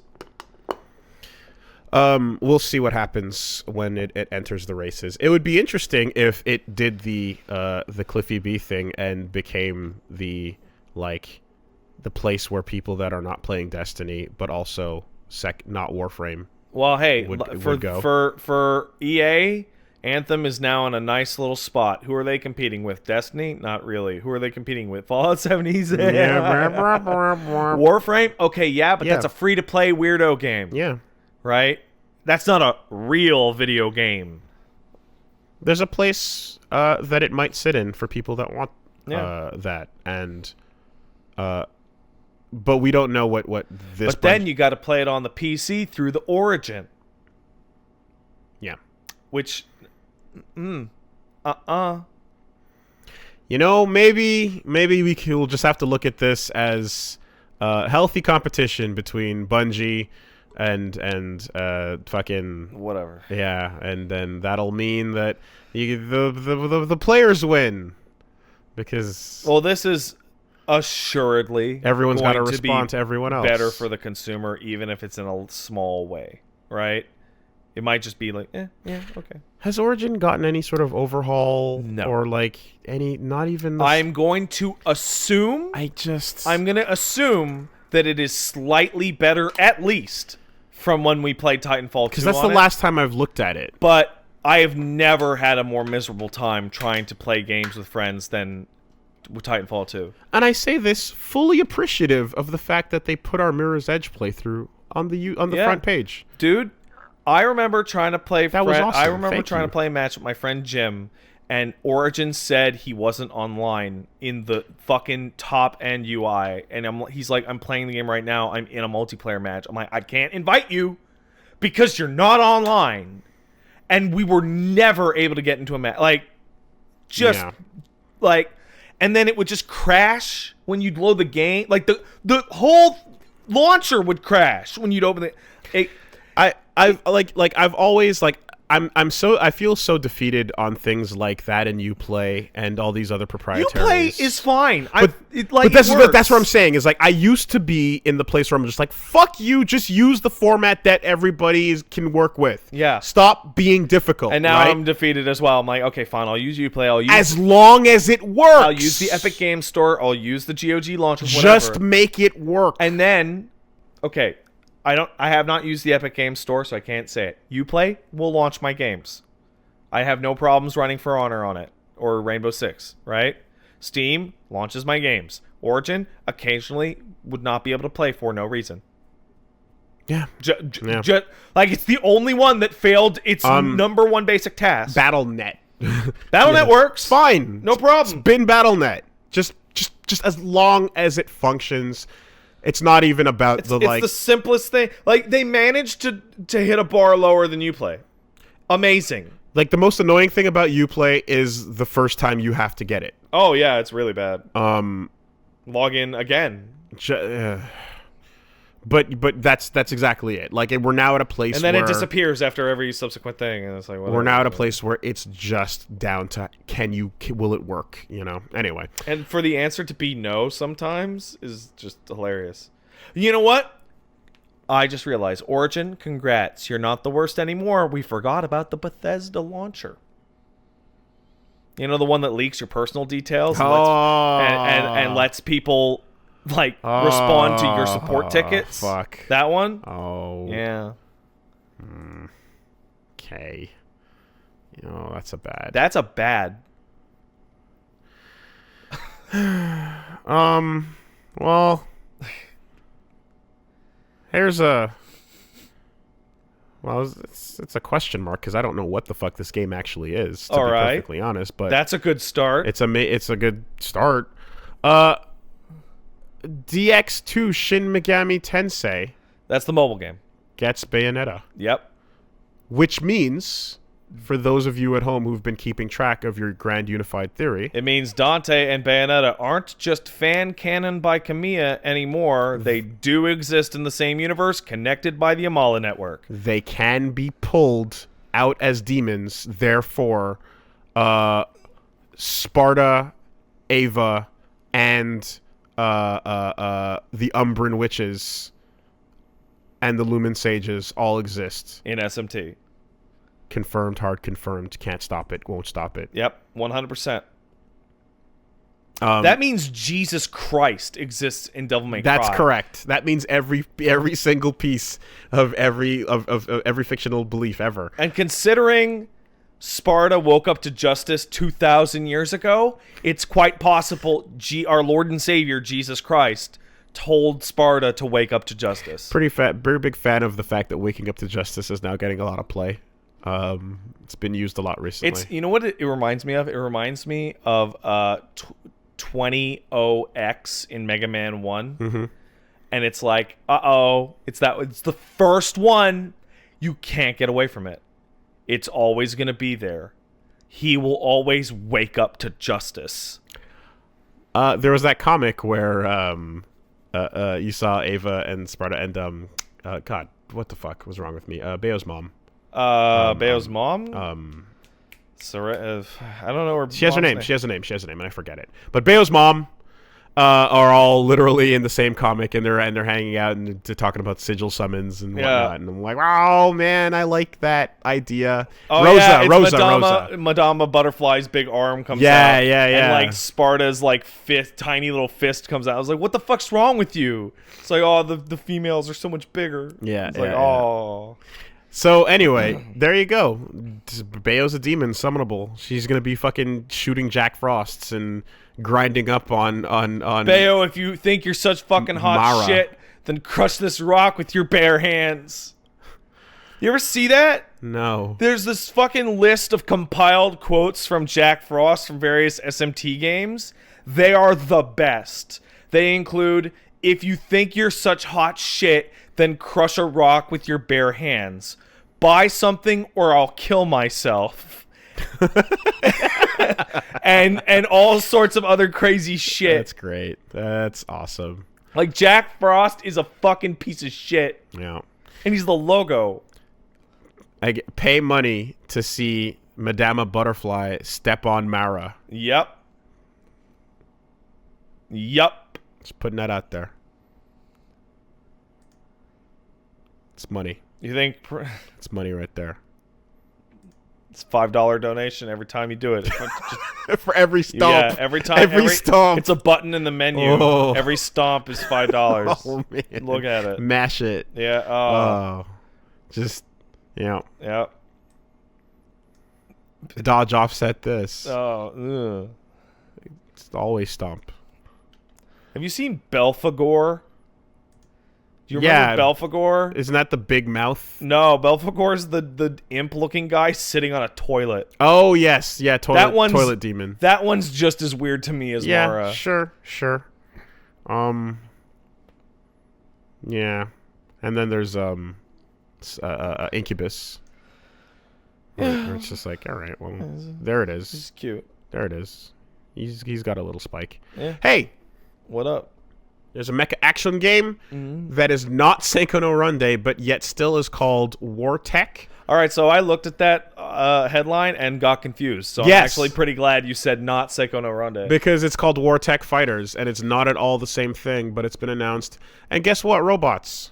You know, as our knowledge of video games grow and the amount of titles available that are actually unique decreases, this is going to become more common as we are more confused by if something is a thing or not. Yeah, well, again, if you're using the first two words of another brand and not getting in trouble for it. Is the word storm in the title of your game? Anyway, so Blowfish Studios, who I don't know, but when I look their name up, it seems like they were responsible for Storm Boy I'm looking at a trailer that Wooly is playing, and this fucking looks like Omega Boost. and Jack Quest. These guys are making a mecha game that, yes, it is looking like Omega Boost, and it has little shades of Armored Core-isms. You know what I would really love? For Polyphony Digital to make another Omega Boost. You're never going to see Omega Boost again. That game is so much more interesting to me than Cars. You're never going to see it again. You're right.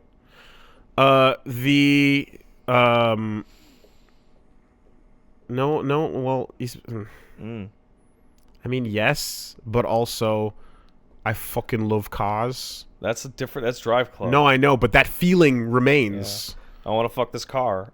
No one wants to fuck the robot. Is a common feeling between game developers and dinosaurs. See, and that's bullshit. Everyone wants to fuck the robot, but nobody knows about the fact that we all want to fuck the robot. That's right. Children want to be the robot. Men want the robot to be their Enders, girlfriends. you live in the robot's penis. There you go. There you go. Did you ever see the interview where the mech designer explained why you ride in the robot's penis? Yes, I want a literal cockpit. Yoji Shinkawa wants a literal cockpit. Like, that's it. And then that becomes the fucking the front of the ship, and it thrusts in that direction. Yeah. But War Tech Fighters is a mecha game where you have different types of designs and things, and you fight and you do the 3D. April of this year. And it seems like it's all right. So hey, take a look. If that is your style, I think it's mine.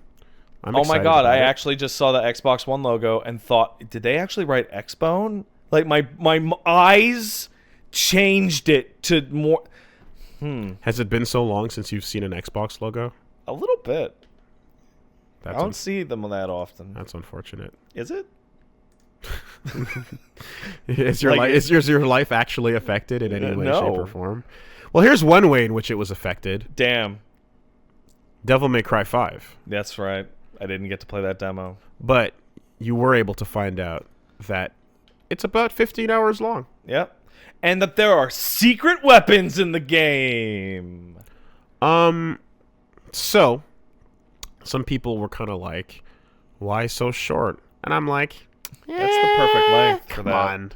Come on. There's 3 characters you can play in almost any mission. That's 15 linear. Yeah, Not 15 with one original. character. And here, let me do a little math. If you want to go into some of these Yeah, math it up. things that they because it was a little Itsuno interview. Give me a math. Mini interview. I love math. I was just gonna HLTB the other games. Yeah. Oh, you know what? You keep talking. I can do that really fast on my phone. Okay, well, How long to beat DMC3, which is the longest one?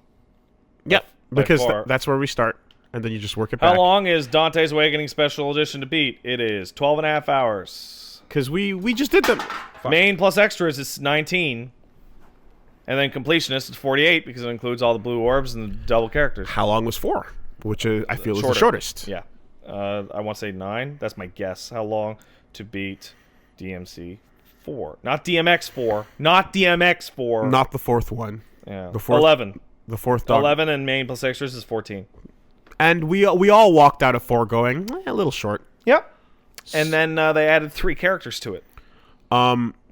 3, I still feel is like long, but I think some of that is based on area traversal and the spread of it. If you tightened up 3, if you went back to 3 and tightened it up in some It'd be ways, 15 to 16 it would hours. be 15 to 16 anyway. Yeah. That's exactly what I'm getting at. But this one has 3 characters. But you know what's better than 3 characters? More characters. Yeah. Which they say they're open to, depending on if people really want them. I wonder if people really want I wonder if people fucking give us more. Okay, let's be real. I want more now. There are quite possibly 4 characters in that game. It's possible. But even if there are only 3, that's still way more than we've ever gotten in the first version. And the full potential is 6. That's the full potential. I don't think we'll get 6. I think 5 is the upper limit. It would be a lot of work because that 6 is special edition. 6 would be absurd. 6 is what you get after the game's been out for a while, and then you go back to it, and then you add them back in. Yeah. You know? You had Lucia, you had Lady, and you had Trish. There you go. And no Virgil in that entire game. Hell no. Why would you? Don't need him. Get out of here. Yeah. Did you see one and then Kyrie. Did you see somebody asked Itsuno-san's translator if Lucia was in the game, and his response was to ignore the question and just go on to say it will be revealed why the game is set after DMC2 when you play the game. Yes. And it's okay. Yeah. All right. Now here's the thing, right? Is like this game is the opportunity because we're so far past the rest of the franchise at this point. We're 10 years from fucking DMC4. It's all had a chance to settle in. Yeah. So why wouldn't you acknowledge everything that you could with that 5? Weird thing? Yeah. And you know what? Lucia should wear a styling pair of jeans for that scene. Yeah, sure. At least her weapons. Yeah. You know, if you want. She's too cool to be left in the dirt in the past. Like, she is the best thing about that game. But yeah, the idea of more playable characters. It's like, give me more now. I mean, okay. Should we just do it? Mm-hmm. The exhaustive potential list, barring brand new stupid shit. Yeah. Okay. It's Dante, Nero, V. Obviously, they're all in the game. Virgil, Lady Trish, Lucia, and then original moveset Sparta. You would have to go original moveset Sparta, and then you would start to go back in time to characters that shouldn't even be there, like fucking Arkham or Credo, Jester, or but like it'd be madness. But like original moveset Sparta is the absolute farthest they could possibly push it, and I don't think they would ever do that. No, he'll be a costume. Yes, original moveset Sparta with original model Sparta. Nut. No, hit the nut button. Nah, just fucking mash it. Stop it. Nut. Stop nut. it. Nut. Stop it. Nut. Stop it. Nut. Stop Nut. It. Nut. Freaking me out. I don't like this. He's a weird bug Jesus. He's weird looking. Oh my god. Take the money. All of it. But not the jacket money. That's stupid. No, that's stupid. That's stupid. You can't have my jacket money. No. You can have my other I don't money. want your jacket. No. That's dumb. And man, last but not least, what? I was just talking to people the other day. I'm like, oh man, Capcom's really coming back. I'm like, yeah, it's weird because Capcom used to be great, and then it was crap, and then it was great. And I'm like, let's all sit and think about how many of Capcom not being great for that period you could blame on Inafune in your heart. And you're like, oh, a lot. Like a bunch. Mega Man Western remakes. Yeah. Like that whole period. But not every Western remake. Yeah. But you could blame it all on him. And then he left, and now everything's back to great. But I'm still happy for Rearmed and Strider. Yes. You should be. They're good. Especially Rearmed. But what did we lose? We lost. What was the sacrifice? We lost for sure Devil May Cry 5 like 3-4 years ago. For sure. That would have happened. And we'd be on 6 now. We'd be on 6. Was it for the best? Maybe.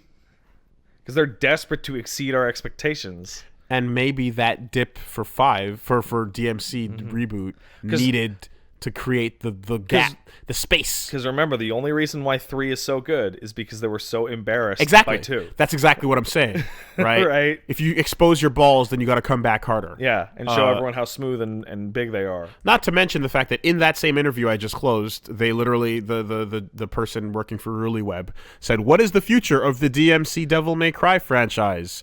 And Itsuno was just like, "I don't know, man." I don't know. What do you want it to be?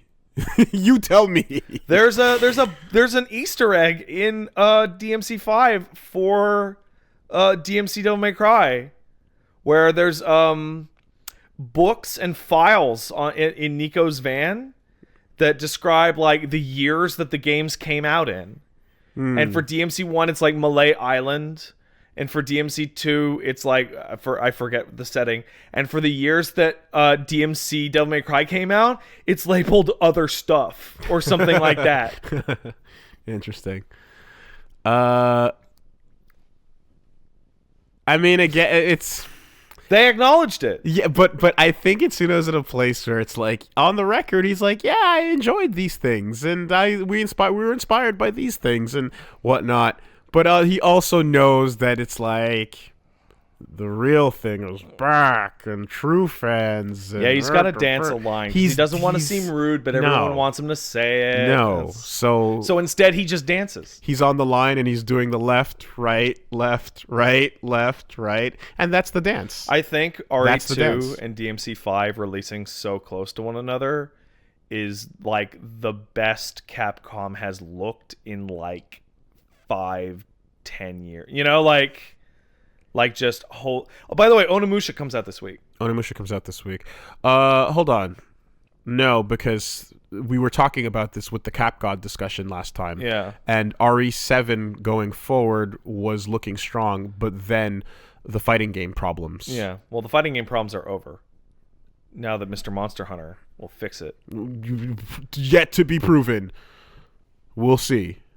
But what I mean is this is Capcom's year, because you have RE2, which is going to be a slam dunk. I'm putting my reputation on that. And it's the CEO's kid, right? Yeah. But he's also Monster Hunter Man. Yeah, right? but it's fucking Monster Hunter, right? But also you got RE2, you got DMC 5, and also the Monster Hunter expansion is coming out this year. There's a lot to be grateful for coming from Capcom. Not saying that it's hard to fuck up Monster Hunter, but... It's easy to fuck up Monster Hunter. Yeah, but, like... It's in fucking Monster Hunter. It's in such good graces that I feel like World... Like, I don't know. I don't know where I'm going. I'm gonna be very polite here. I don't know. I don't know. You don't know. I don't know. You're right. I don't know. But, anyway... Monster Hunter has been taken care of with... class and dignity, except for that one thing. The CEO's kid seems to be doing all right so far. Let's see if he can save Street Fighter. Let's see if he can That'd be cool. Marvel vs. Capcom. Or better yet... I feel like Marvel... Don't save Marvel vs. Capcom. I think Versus... And save... needs to be saved more than Street Fighter does. Exactly. Because Street Fighter 5 has its problems, but it's a good game. Yeah. No. Save Versus. And it doesn't matter what the Versus is. Just put a game out called Versus Capcom. God damn it! Just do it! Capcom versus Capcom. No, just Versus Capcom. Just do it. If they could get away with it, I think they should just call it Versus, but they can't, because that game came out on the PS1. Yeah. It sucks. No. I do think I think everyone would enjoy and love the joke of Capcom versus Capcom. Oh, yeah? And I also do think... like, it would allow them to just unchain and grab all the weirdest. Grab all the best. All of it. And just lean in as hard as possible. It makes no sense why they haven't done it yet. And then we wouldn't have to worry about the game going away after a couple of years. God. And then Max and me can shut the fuck up.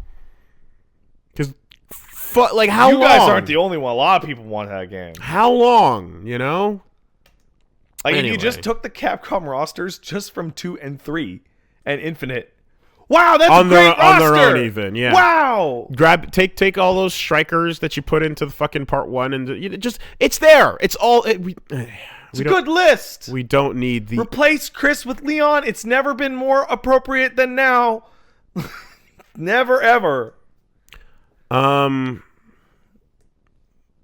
Bizarre Adventure Last Survivor got announced last year, and we never got into it. But it is the arcade game. More importantly, it is the JoJo Royale. I hate this game. You don't think I hate it. that JoJo was ready and full of potential for Battle Royale? I don't even care if it's good. I hate that it's called Last Survivor. I can't deal with the fact that it's not called Last Stand. I like it's so this is the biggest missed opportunity ever. I didn't hear that one. Really? I did not hear that one. Holy shit. Like, this game sucks. Holy shit. Wow. Wow. Way to unmake every... Wow. Yeah. JoJo's Bizarre Adventure, Last Stand. Holy shit. Like, it sucks. That's crazy. That's fucking crazy. You ruined it. You completely ruined it. Regardless of whatever it was gonna like, be. no, but seriously, like, it could be really good, and I still hate it. Yeah, no, that's insane. That's it's unplayable now. Literally unplayable. Like, oh wow, that's okay. Well, it's all I can think about. I look at this. And no one will ever be able to not. Is this the Japanese name? Maybe there's a chance. Yeah, right. They never change that shit. Maybe there's a chance, right? Because you know why it's like this is called Last Survivor, because the last game was called JoJo All-Star Battle. Yeah. And that's too close to Battle Royale. Oh my god. It's yeah. But anyway. Also, the idea of like using the Eyes of Heaven like engine to do Battle Royale seems like shit.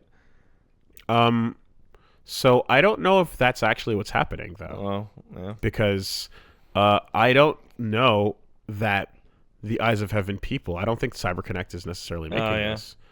Let me confirm very quickly. But also for Battle Royale, how is it going to be? Because there's a difference between Battle Royale and Last Man Standing, right? Yeah, there is. And the difference is the number of people. Yeah, so the trailer has no CyberConnect logo or anything like that. So and the game visually looks like different models from those other two. Yeah, I can see that it looks different. But like, how many people are going to be on a map? 5? So 20. 20 is okay. 20's high. That's good. That's what they're saying. The idea is that 20 players battle it out in Moriocho. Oh, it's always Morio? I guess different areas of Morio. And there's also NPC characters called Darby Assassins. Okay. So minimum of 21 players and a maximum of 40 can participate in a game. So there's going to be a bunch of whatever. But I foresee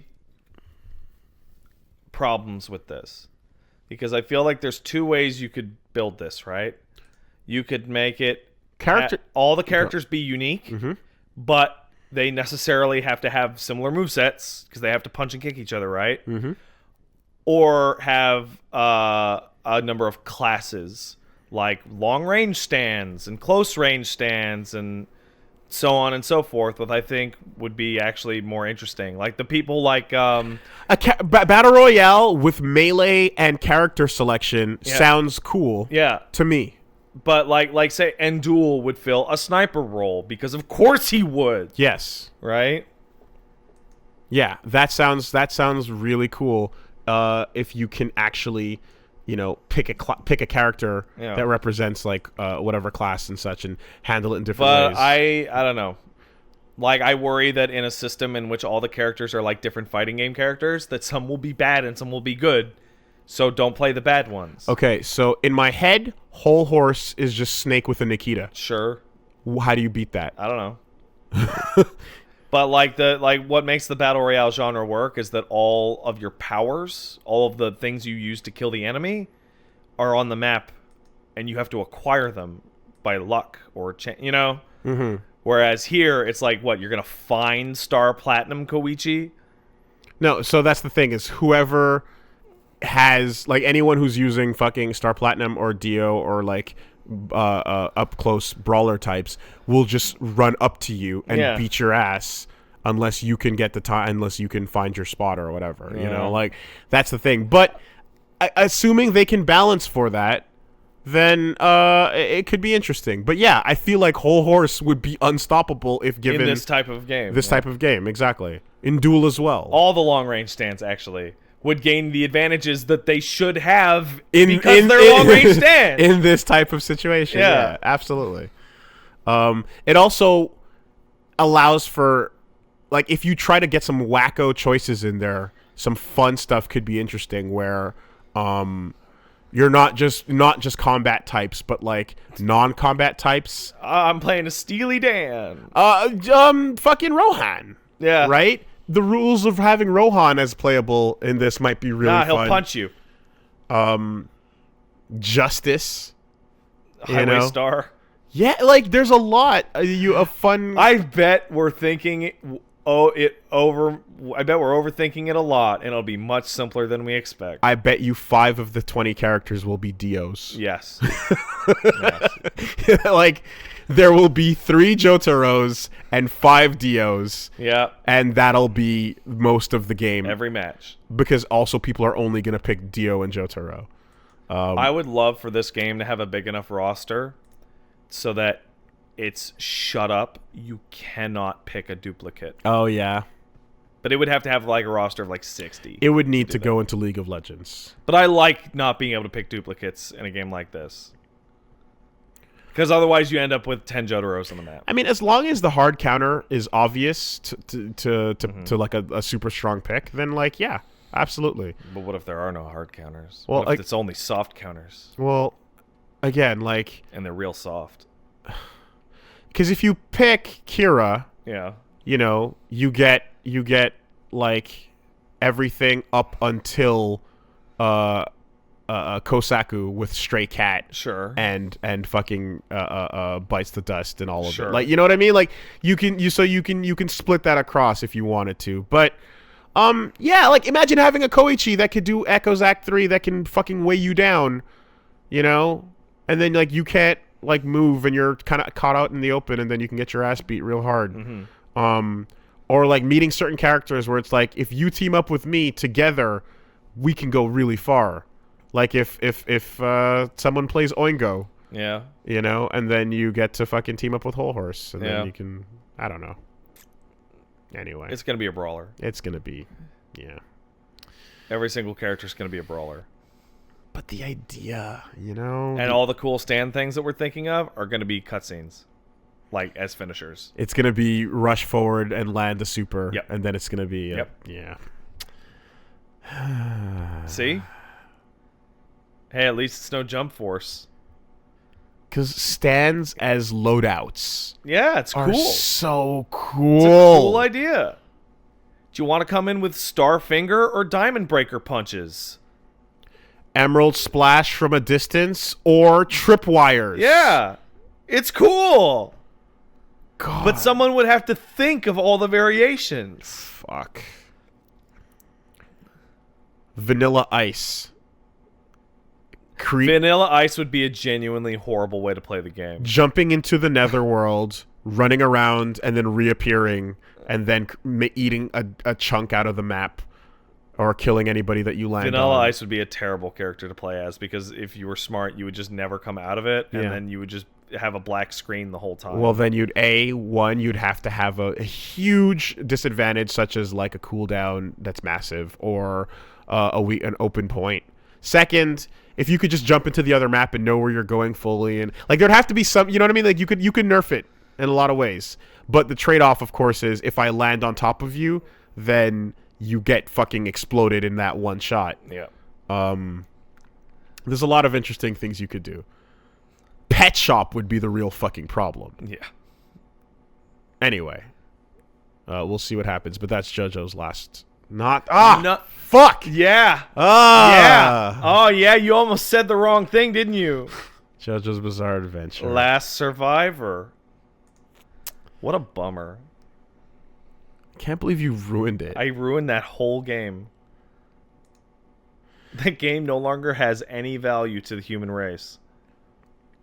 Let's take some letters. Hey, if you want to send a letter in, send them to castlesuperbeastmail@gmail.com.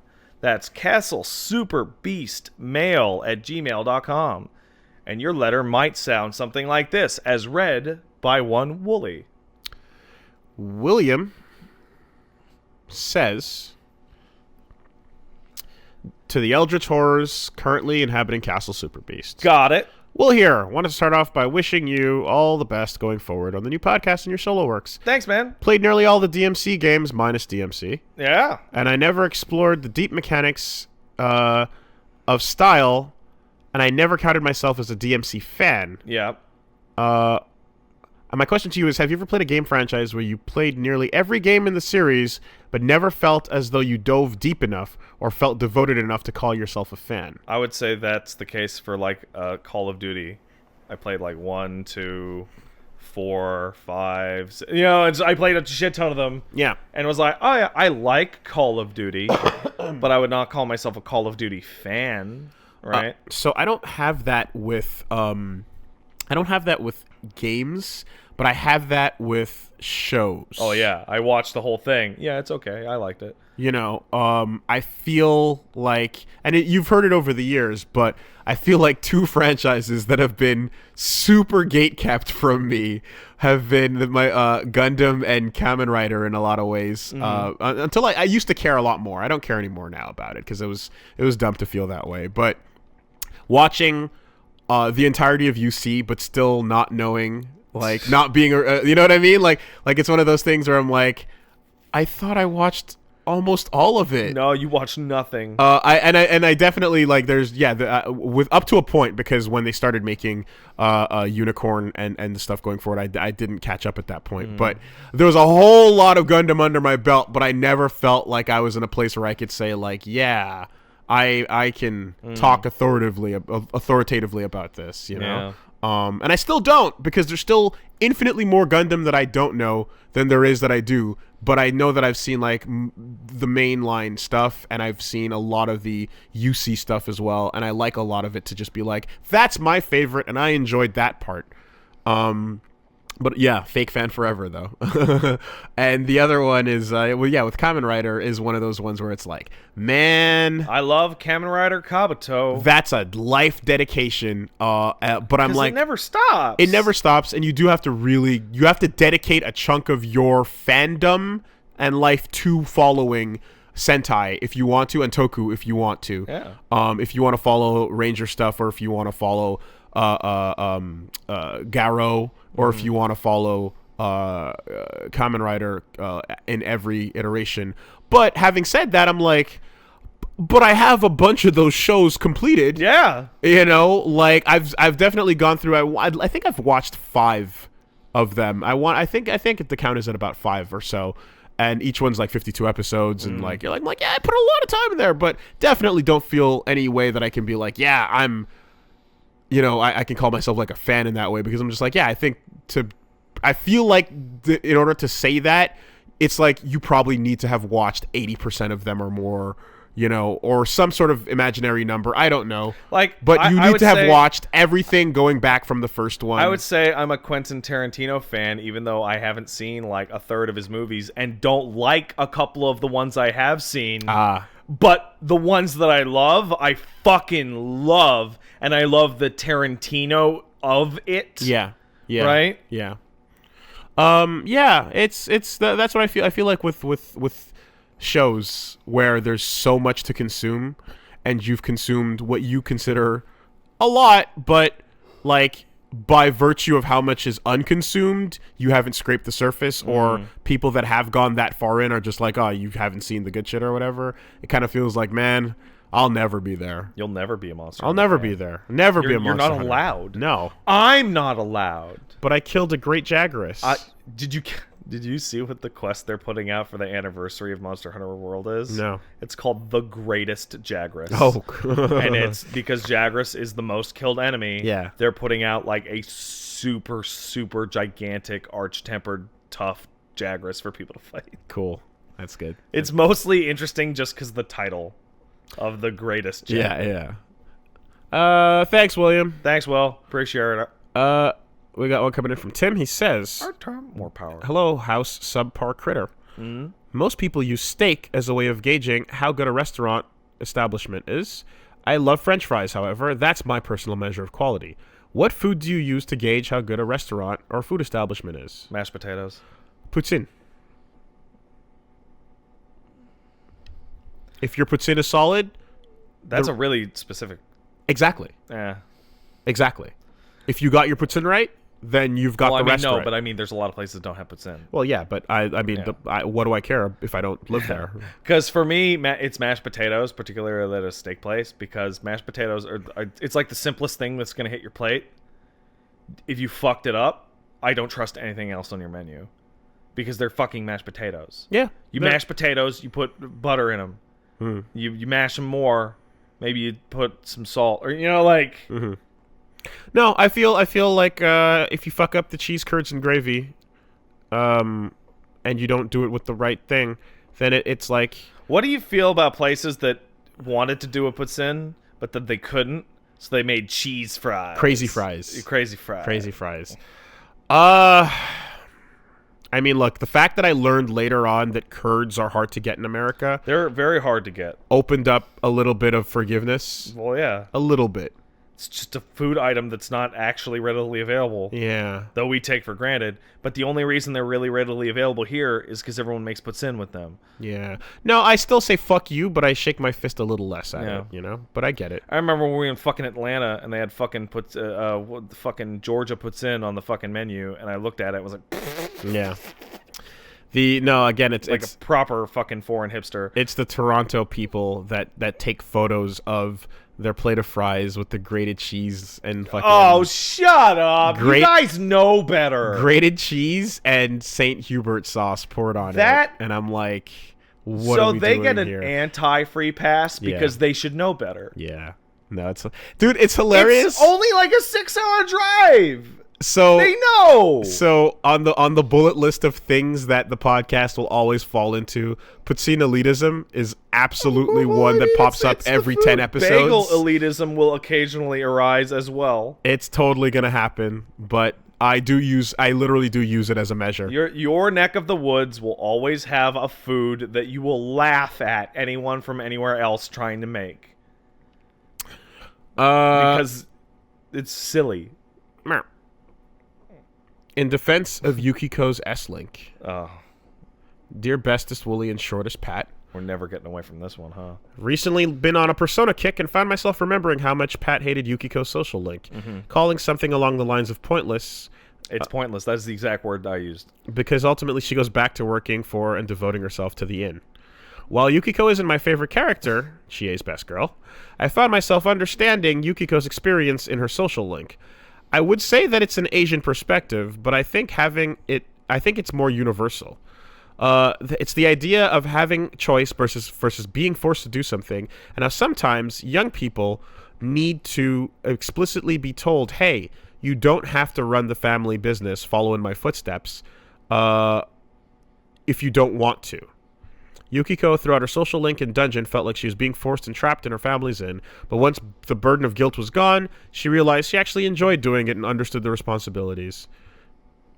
Anyway, what are some general misunderstandings in popular Well, I'm people gonna miss the forest for the trees, you're and not it's like, getting- yeah, I you're know, not gonna- yeah. What the fuck are you trying to do, exactly, man? No, here's my problem. Is the problem with that S-Link is you are correct. Everything that he said was absolutely correct, and I understand it. The problem is that no one comes up to Yukiko and tells her you don't have to run the family business if you don't want to. That Explicitly. thing never happens. Yeah. She just kind of goes from desperate to wanting to get away to going, you know what? Maybe being forced to run the family business is what would make me the happiest. You know what? Marriages don't have to be And about love. That's why it's so pointless.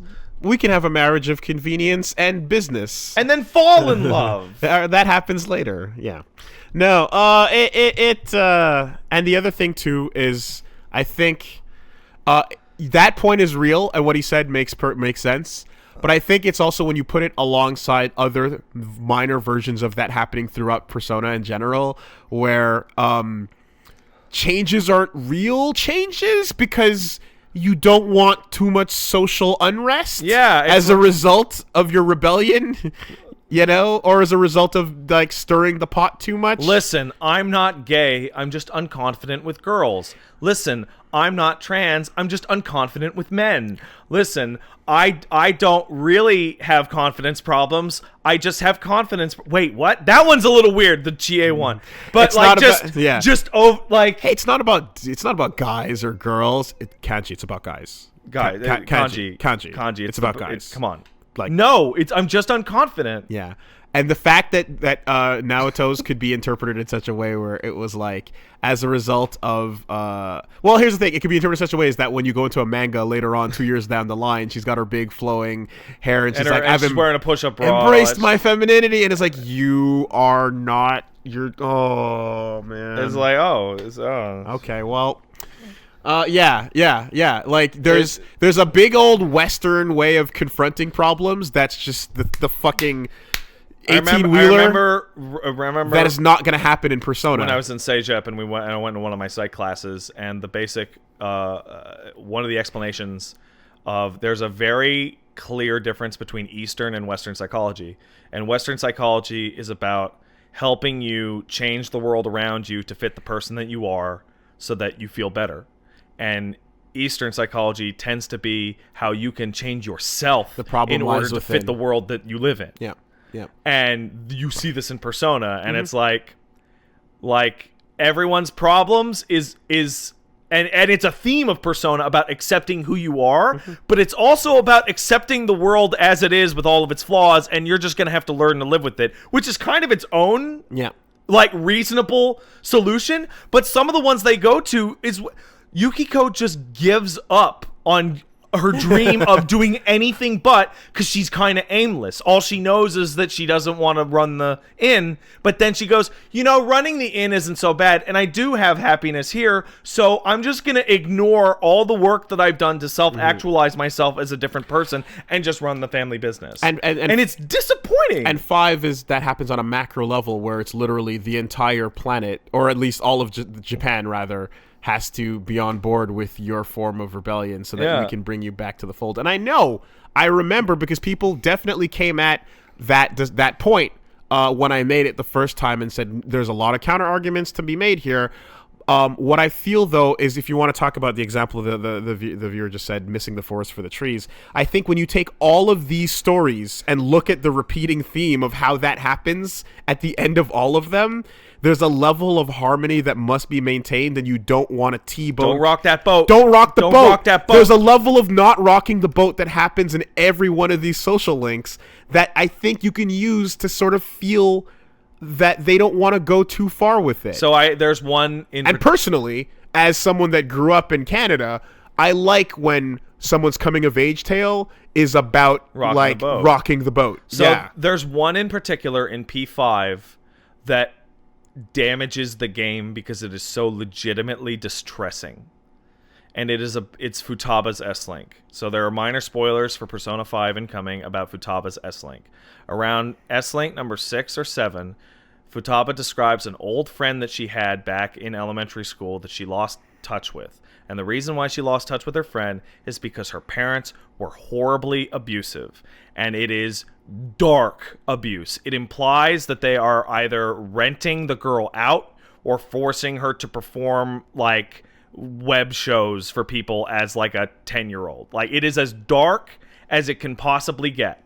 And the solution that Futaba suggests to you is to go and steal her parents' hearts so that her parents aren't evil anymore, and thus the family can go back to being a normal, loving family. And you do that, and everything is fine now, and the girl gets back with her parents, and they're all happy after that. And it is fucked. It is so fucked, because everyone looks at it as a happy ending, and Futaba and the girl are friends again now, and she's starting to get over it, and the parents are nice now, and it is fucked. It is super screwed up. I didn't finish her fucking Confidant. Yeah. Are you Go check that out. serious? Go check that out. That's one of the ones I got up to like low level and didn't follow through on. Yeah. It is so misguided. I don't know what they're trying to even tell you. I think they're trying to tell you that as long as the okay, you know what it is? The villain feels bad, so you must forgive them, right? The villain had a change of heart and regrets their earlier actions, and they're gonna try and make amends, so you must forgive them, because harmony. Cue sadness and sorrow from Naruto. Yeah. Sad childhood. Yeah, that's fucked. That's pretty bad. I didn't realize that. Because that's one of those ones where you're like, or we can, like, you can steal their hearts, or the cops and the jail. No. But instead, you literally just leave her. You fix the family. You fix the family, and you just. And now the family's great. And it's great. Yeah, okay. And yeah. it's like. Yeah. So that's exactly it, right? Yeah. Now, take that as a microcosm and apply that to all these almost different, every single story. all these different stories, and you get this. And I'm like, you can't, if you choose to ignore that, because it's not that it's not a great game, and it's not that it's not a great story, but if you choose to ignore that, I think you're being willfully ignorant. And you know what the of funniest a large like feeling the funniest, that is not I guess compatible with the way we live our lives, I guess. So the most interesting thing is the Persona 3 does this very well, because the theme of Persona 3 is accepting the inevitability of death, right? So everyone's S-Link is about something terrible in their lives that they are just gonna have to learn to live with. Yeah. They can't change it, and they can't fix it, because it's stuff like, my parents are getting divorced, I have terminal cancer, I have a career-ending sports injury, right? You're not going to fix these. They're not fixable. Yeah.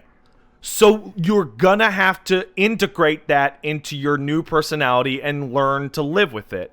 So in that case, it's totally appropriate. And nearly all of those stories are appropriate because they're about the fact that you can't change it. You have to live with it. But the other ones are about change. They're about changing yourself or changing society. And then the end of it is, don't change yourself. Don't change society. It's interesting because the conclusions they come to are the same as the ones I think we'd want them to have. Where it's like, yeah, you have to learn to accept this and live with it and not feel shame or not. It's not your fault. It's not your getting fault, divorced, right? Right. Learn to, but the roundabout way that you get there is by ignoring some really, really fucked up truths that the game is not forcing you to actually call out or acknowledge. Yeah. And that's the problem. Yeah, totally. So that's Yukiko. Hey, this cult leader's abusing your fortune teller friend because he's in a cult. Get him in trouble? No, you just made him good again, so now all the problems are solved. Change the heart. I got kicked out of the medical profession at a local hospital because of corrupt business practices and the fact that nobody gave a shit and people died. Don't worry, I fixed it. You can go back to your hospital job now. Everything is fine. It's like, no, that's not the problem. Yeah, that's also super fucked. And like that Futaba shit, especially considering like Kamoshida as like your intro to the game, amazing, like, oh, that's dark and bad and fucking like, and the game was hard real early. Yeah, but he gets a comeuppance. Yeah, and than to have side stories that are the same or worse. Wow. Okay. Well, Yeah. yeah. There you go. I hope we were able to answer your question. Yeah, and I mean, and I feel bad because like I remember the last time with the rebellion thing, like some people got really upset, but I'm like, dude, You're rebelling against society in order to protect society the way it is. Like what? Whoa! like as long as you can change their minds to join you in your rebellion, because the heart, like it's like you're being dishonest if you don't acknowledge the part of this that is in every individual S-Link over both of those games. Yeah. It tells you the thesis statement over and over again. But anyway, it's funny. This kind of thing never would have occurred to me back when I was younger. Like I didn't notice this playing 4. Mm-hmm. I only noticed it later, thinking about it. And I was just like, wait a second. That we had a whole storyline about a character coming out of the closet, only to end with, I'm not actually gay, don't worry about it. No, I'm straight. I'm super straight. Or the Naruto version where it's right. like, yeah, the trans thing's not really exact. It's not it's not, you think it is, you know what? But it's not actually what you think it was the interview that I read where they were like, no, Kanji's not gay. That's ridiculous. Why would you think that? From one of the developers. And I'm like, what? He's gay as the day is long. What are you talking about? It's the most interesting thing about the character. Like it's ridiculous. Yeah. We literally have like gay and trans friends that are like super interested in those characters, only to get fucking kneecapped by the devs. By that idea. Yeah, exactly. So hey, these things you identified with in these characters, JK, big mistake. Didn't mean it. So it was an accident of the translation. Ridiculous. And again, and ultimately, but it's still there in a way where you like, the author's intent is not everything. Whether or not that's the intent, you cannot possibly tell me in its own vacuum that kanji is not gay. It's more, it's absurd. It's more like it's almost like it's open ended where the language isn't fully definitive. Not so the boat is not rocked. But if you felt that solidarity on the journey through their S-Link, then you should be able to feel that. Not only is it ridiculous that kanji's not gay, if he's not gay, that doesn't just make like Yosuke a homophobic teenager idiot. It also makes him objectively dumb, like stupid. Because what is he even worried about, right? Yosuke, you remember Yosuke in fucking high school, freaking out. Right, where he's freaking out, you gay, oh, don't touch, because he's uncomfortable and he's a home, and it's like he'll grow out of that hopefully, right? Hey man, those voice lines were recorded. They absolutely were, and you know what? That makes that context a lot more interesting. It does, right? But if Kanji's not actually even gay, then what the fuck is Yosuke even talking about? Is he just that stupid? Maybe. You know what? I just realized the best friend character they give you in 3, 4, and 5 all have massive flaws. They all have massive flaws. Like, because they can't be you. They can't be good like you. Mm-hmm. Junpei is stupid and jealous. Mm-hmm. Like, and when you play as the Femc, he's stupid, jealous, and really sexist. Like, okay. Like, he's straight up like, how could a girl lead the party? This is ridiculous. Like, it's bad, right? Yeah. And Yosuke has his problems with kanji, and he's just kind of a creep. He's got Warren vibes. Right? Yeah. He's got Warren vibes. Hanger on. He's like, hey, I bought you girls bikinis. Get up. He's hard Warren. It's like, calm it down, bro. Calm it down. And then Ryuji's just stupid. Yeah. Ryuji's just a dumbass. Traditional stupid. So, like, Ryuji, shut up. In public about the Phantom Thieves. Boy, it sure is great being the Phantom Thief. Like, you just shut up. No, yeah. Like, I like Ryuji a lot, but it's like, shut your fucking shut your fucking mouth. You know who doesn't fucking let you down? Goddamn Koromaru. Nope. It's a fucking dog with wings. Project whatever you want onto him. All the weirdo He's animal a good boy. All the weirdo animal characters are the most reliable.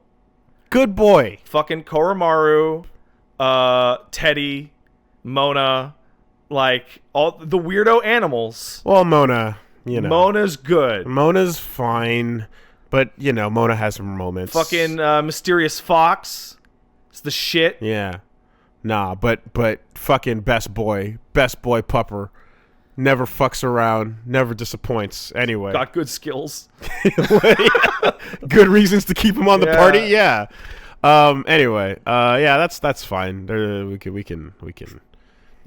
can begin the exit strategy. So, with that being said, I mean, whatever, we can just recap. Okay, you know? Hey. What are we recapping? You know, it's the what do we do? click the button. Oh, okay. Which one? The angriest Pat's. Oh, that one. Okay, button. yeah, hey. Go to twitch.tv/angriestpat. You catch me like 4 or 5 days a week streaming some bullshit, usually at 8 p.m. That's usually Tuesday to Friday, but I might fuck it up because RE2 comes out on a fucking Friday, so fuck my weekend. Oh my god. What? Nanako's the Koromaru of 4. She totally is. Holy shit. Yeah. She's flawless. Yeah. She's the best. She's flawless. She's a pristine. Holy fuck. Anyway. Man, Dojima's great. He's so good. See, you know what? Dojima's S-Link is fantastic. Because it's, dude, you're not going to catch him. They're gone. This is pointless. You have to live your life. So that's a really good example of too bad. Live with it. Right? But the kids, that doesn't make any sense. They have their whole lives ahead of them. See, learn to live with it as a thesis statement is good. Yeah. Learn to live with it when bad people are doing the wrong thing to you is fucked up. Yeah. That's all it comes down to. Yeah. Right? If the thing that is happening to you is not your fault and bad people are responsible, learn to live with it is an unacceptable answer. Yeah. That's all it comes down to. Or in some cases, like, everyone at the hospital is now not evil. Sure, that kid is still dead. But, right? Like, oh, man. Yeah, that was a deep cut. Right? I forgot about that one. Yeah, sure, that child still died because this Yeah. guy was worried about his career. Yeah. But, you know, things will move on. Yeah. Anyway. Like, fuck. Yeah, so this week, you know, continuing with those 3 games over on Woollyversus, as previously mentioned. That's a YouTube channel and a Twitch channel. Yes, streams, games, all kinds of fun stuff. And I finished slapping together the next Wooly. We'll figure it out. Sorry, Plague. I know I'm really dragging my feet on these. Oh, he's mad at everybody. So the next episode with myself and my friend Josh talking to Plague, exposing our deepest, darkest, dankest stories and holding them up so that the gripes may consume them. So tune into that a little bit later in the week when it goes up. And one last piece of advice for our listeners at home: if you're at a medieval times and you see a person who may or may not allegedly be Randy Pitchford, maybe don't sit next to him. Maybe don't get your fingerprints on his USB key. Definitely don't allegedly get your fingerprints on their USB key. Randy, no. His name is Randy too. Like, oh man. Like, can you really? It's like.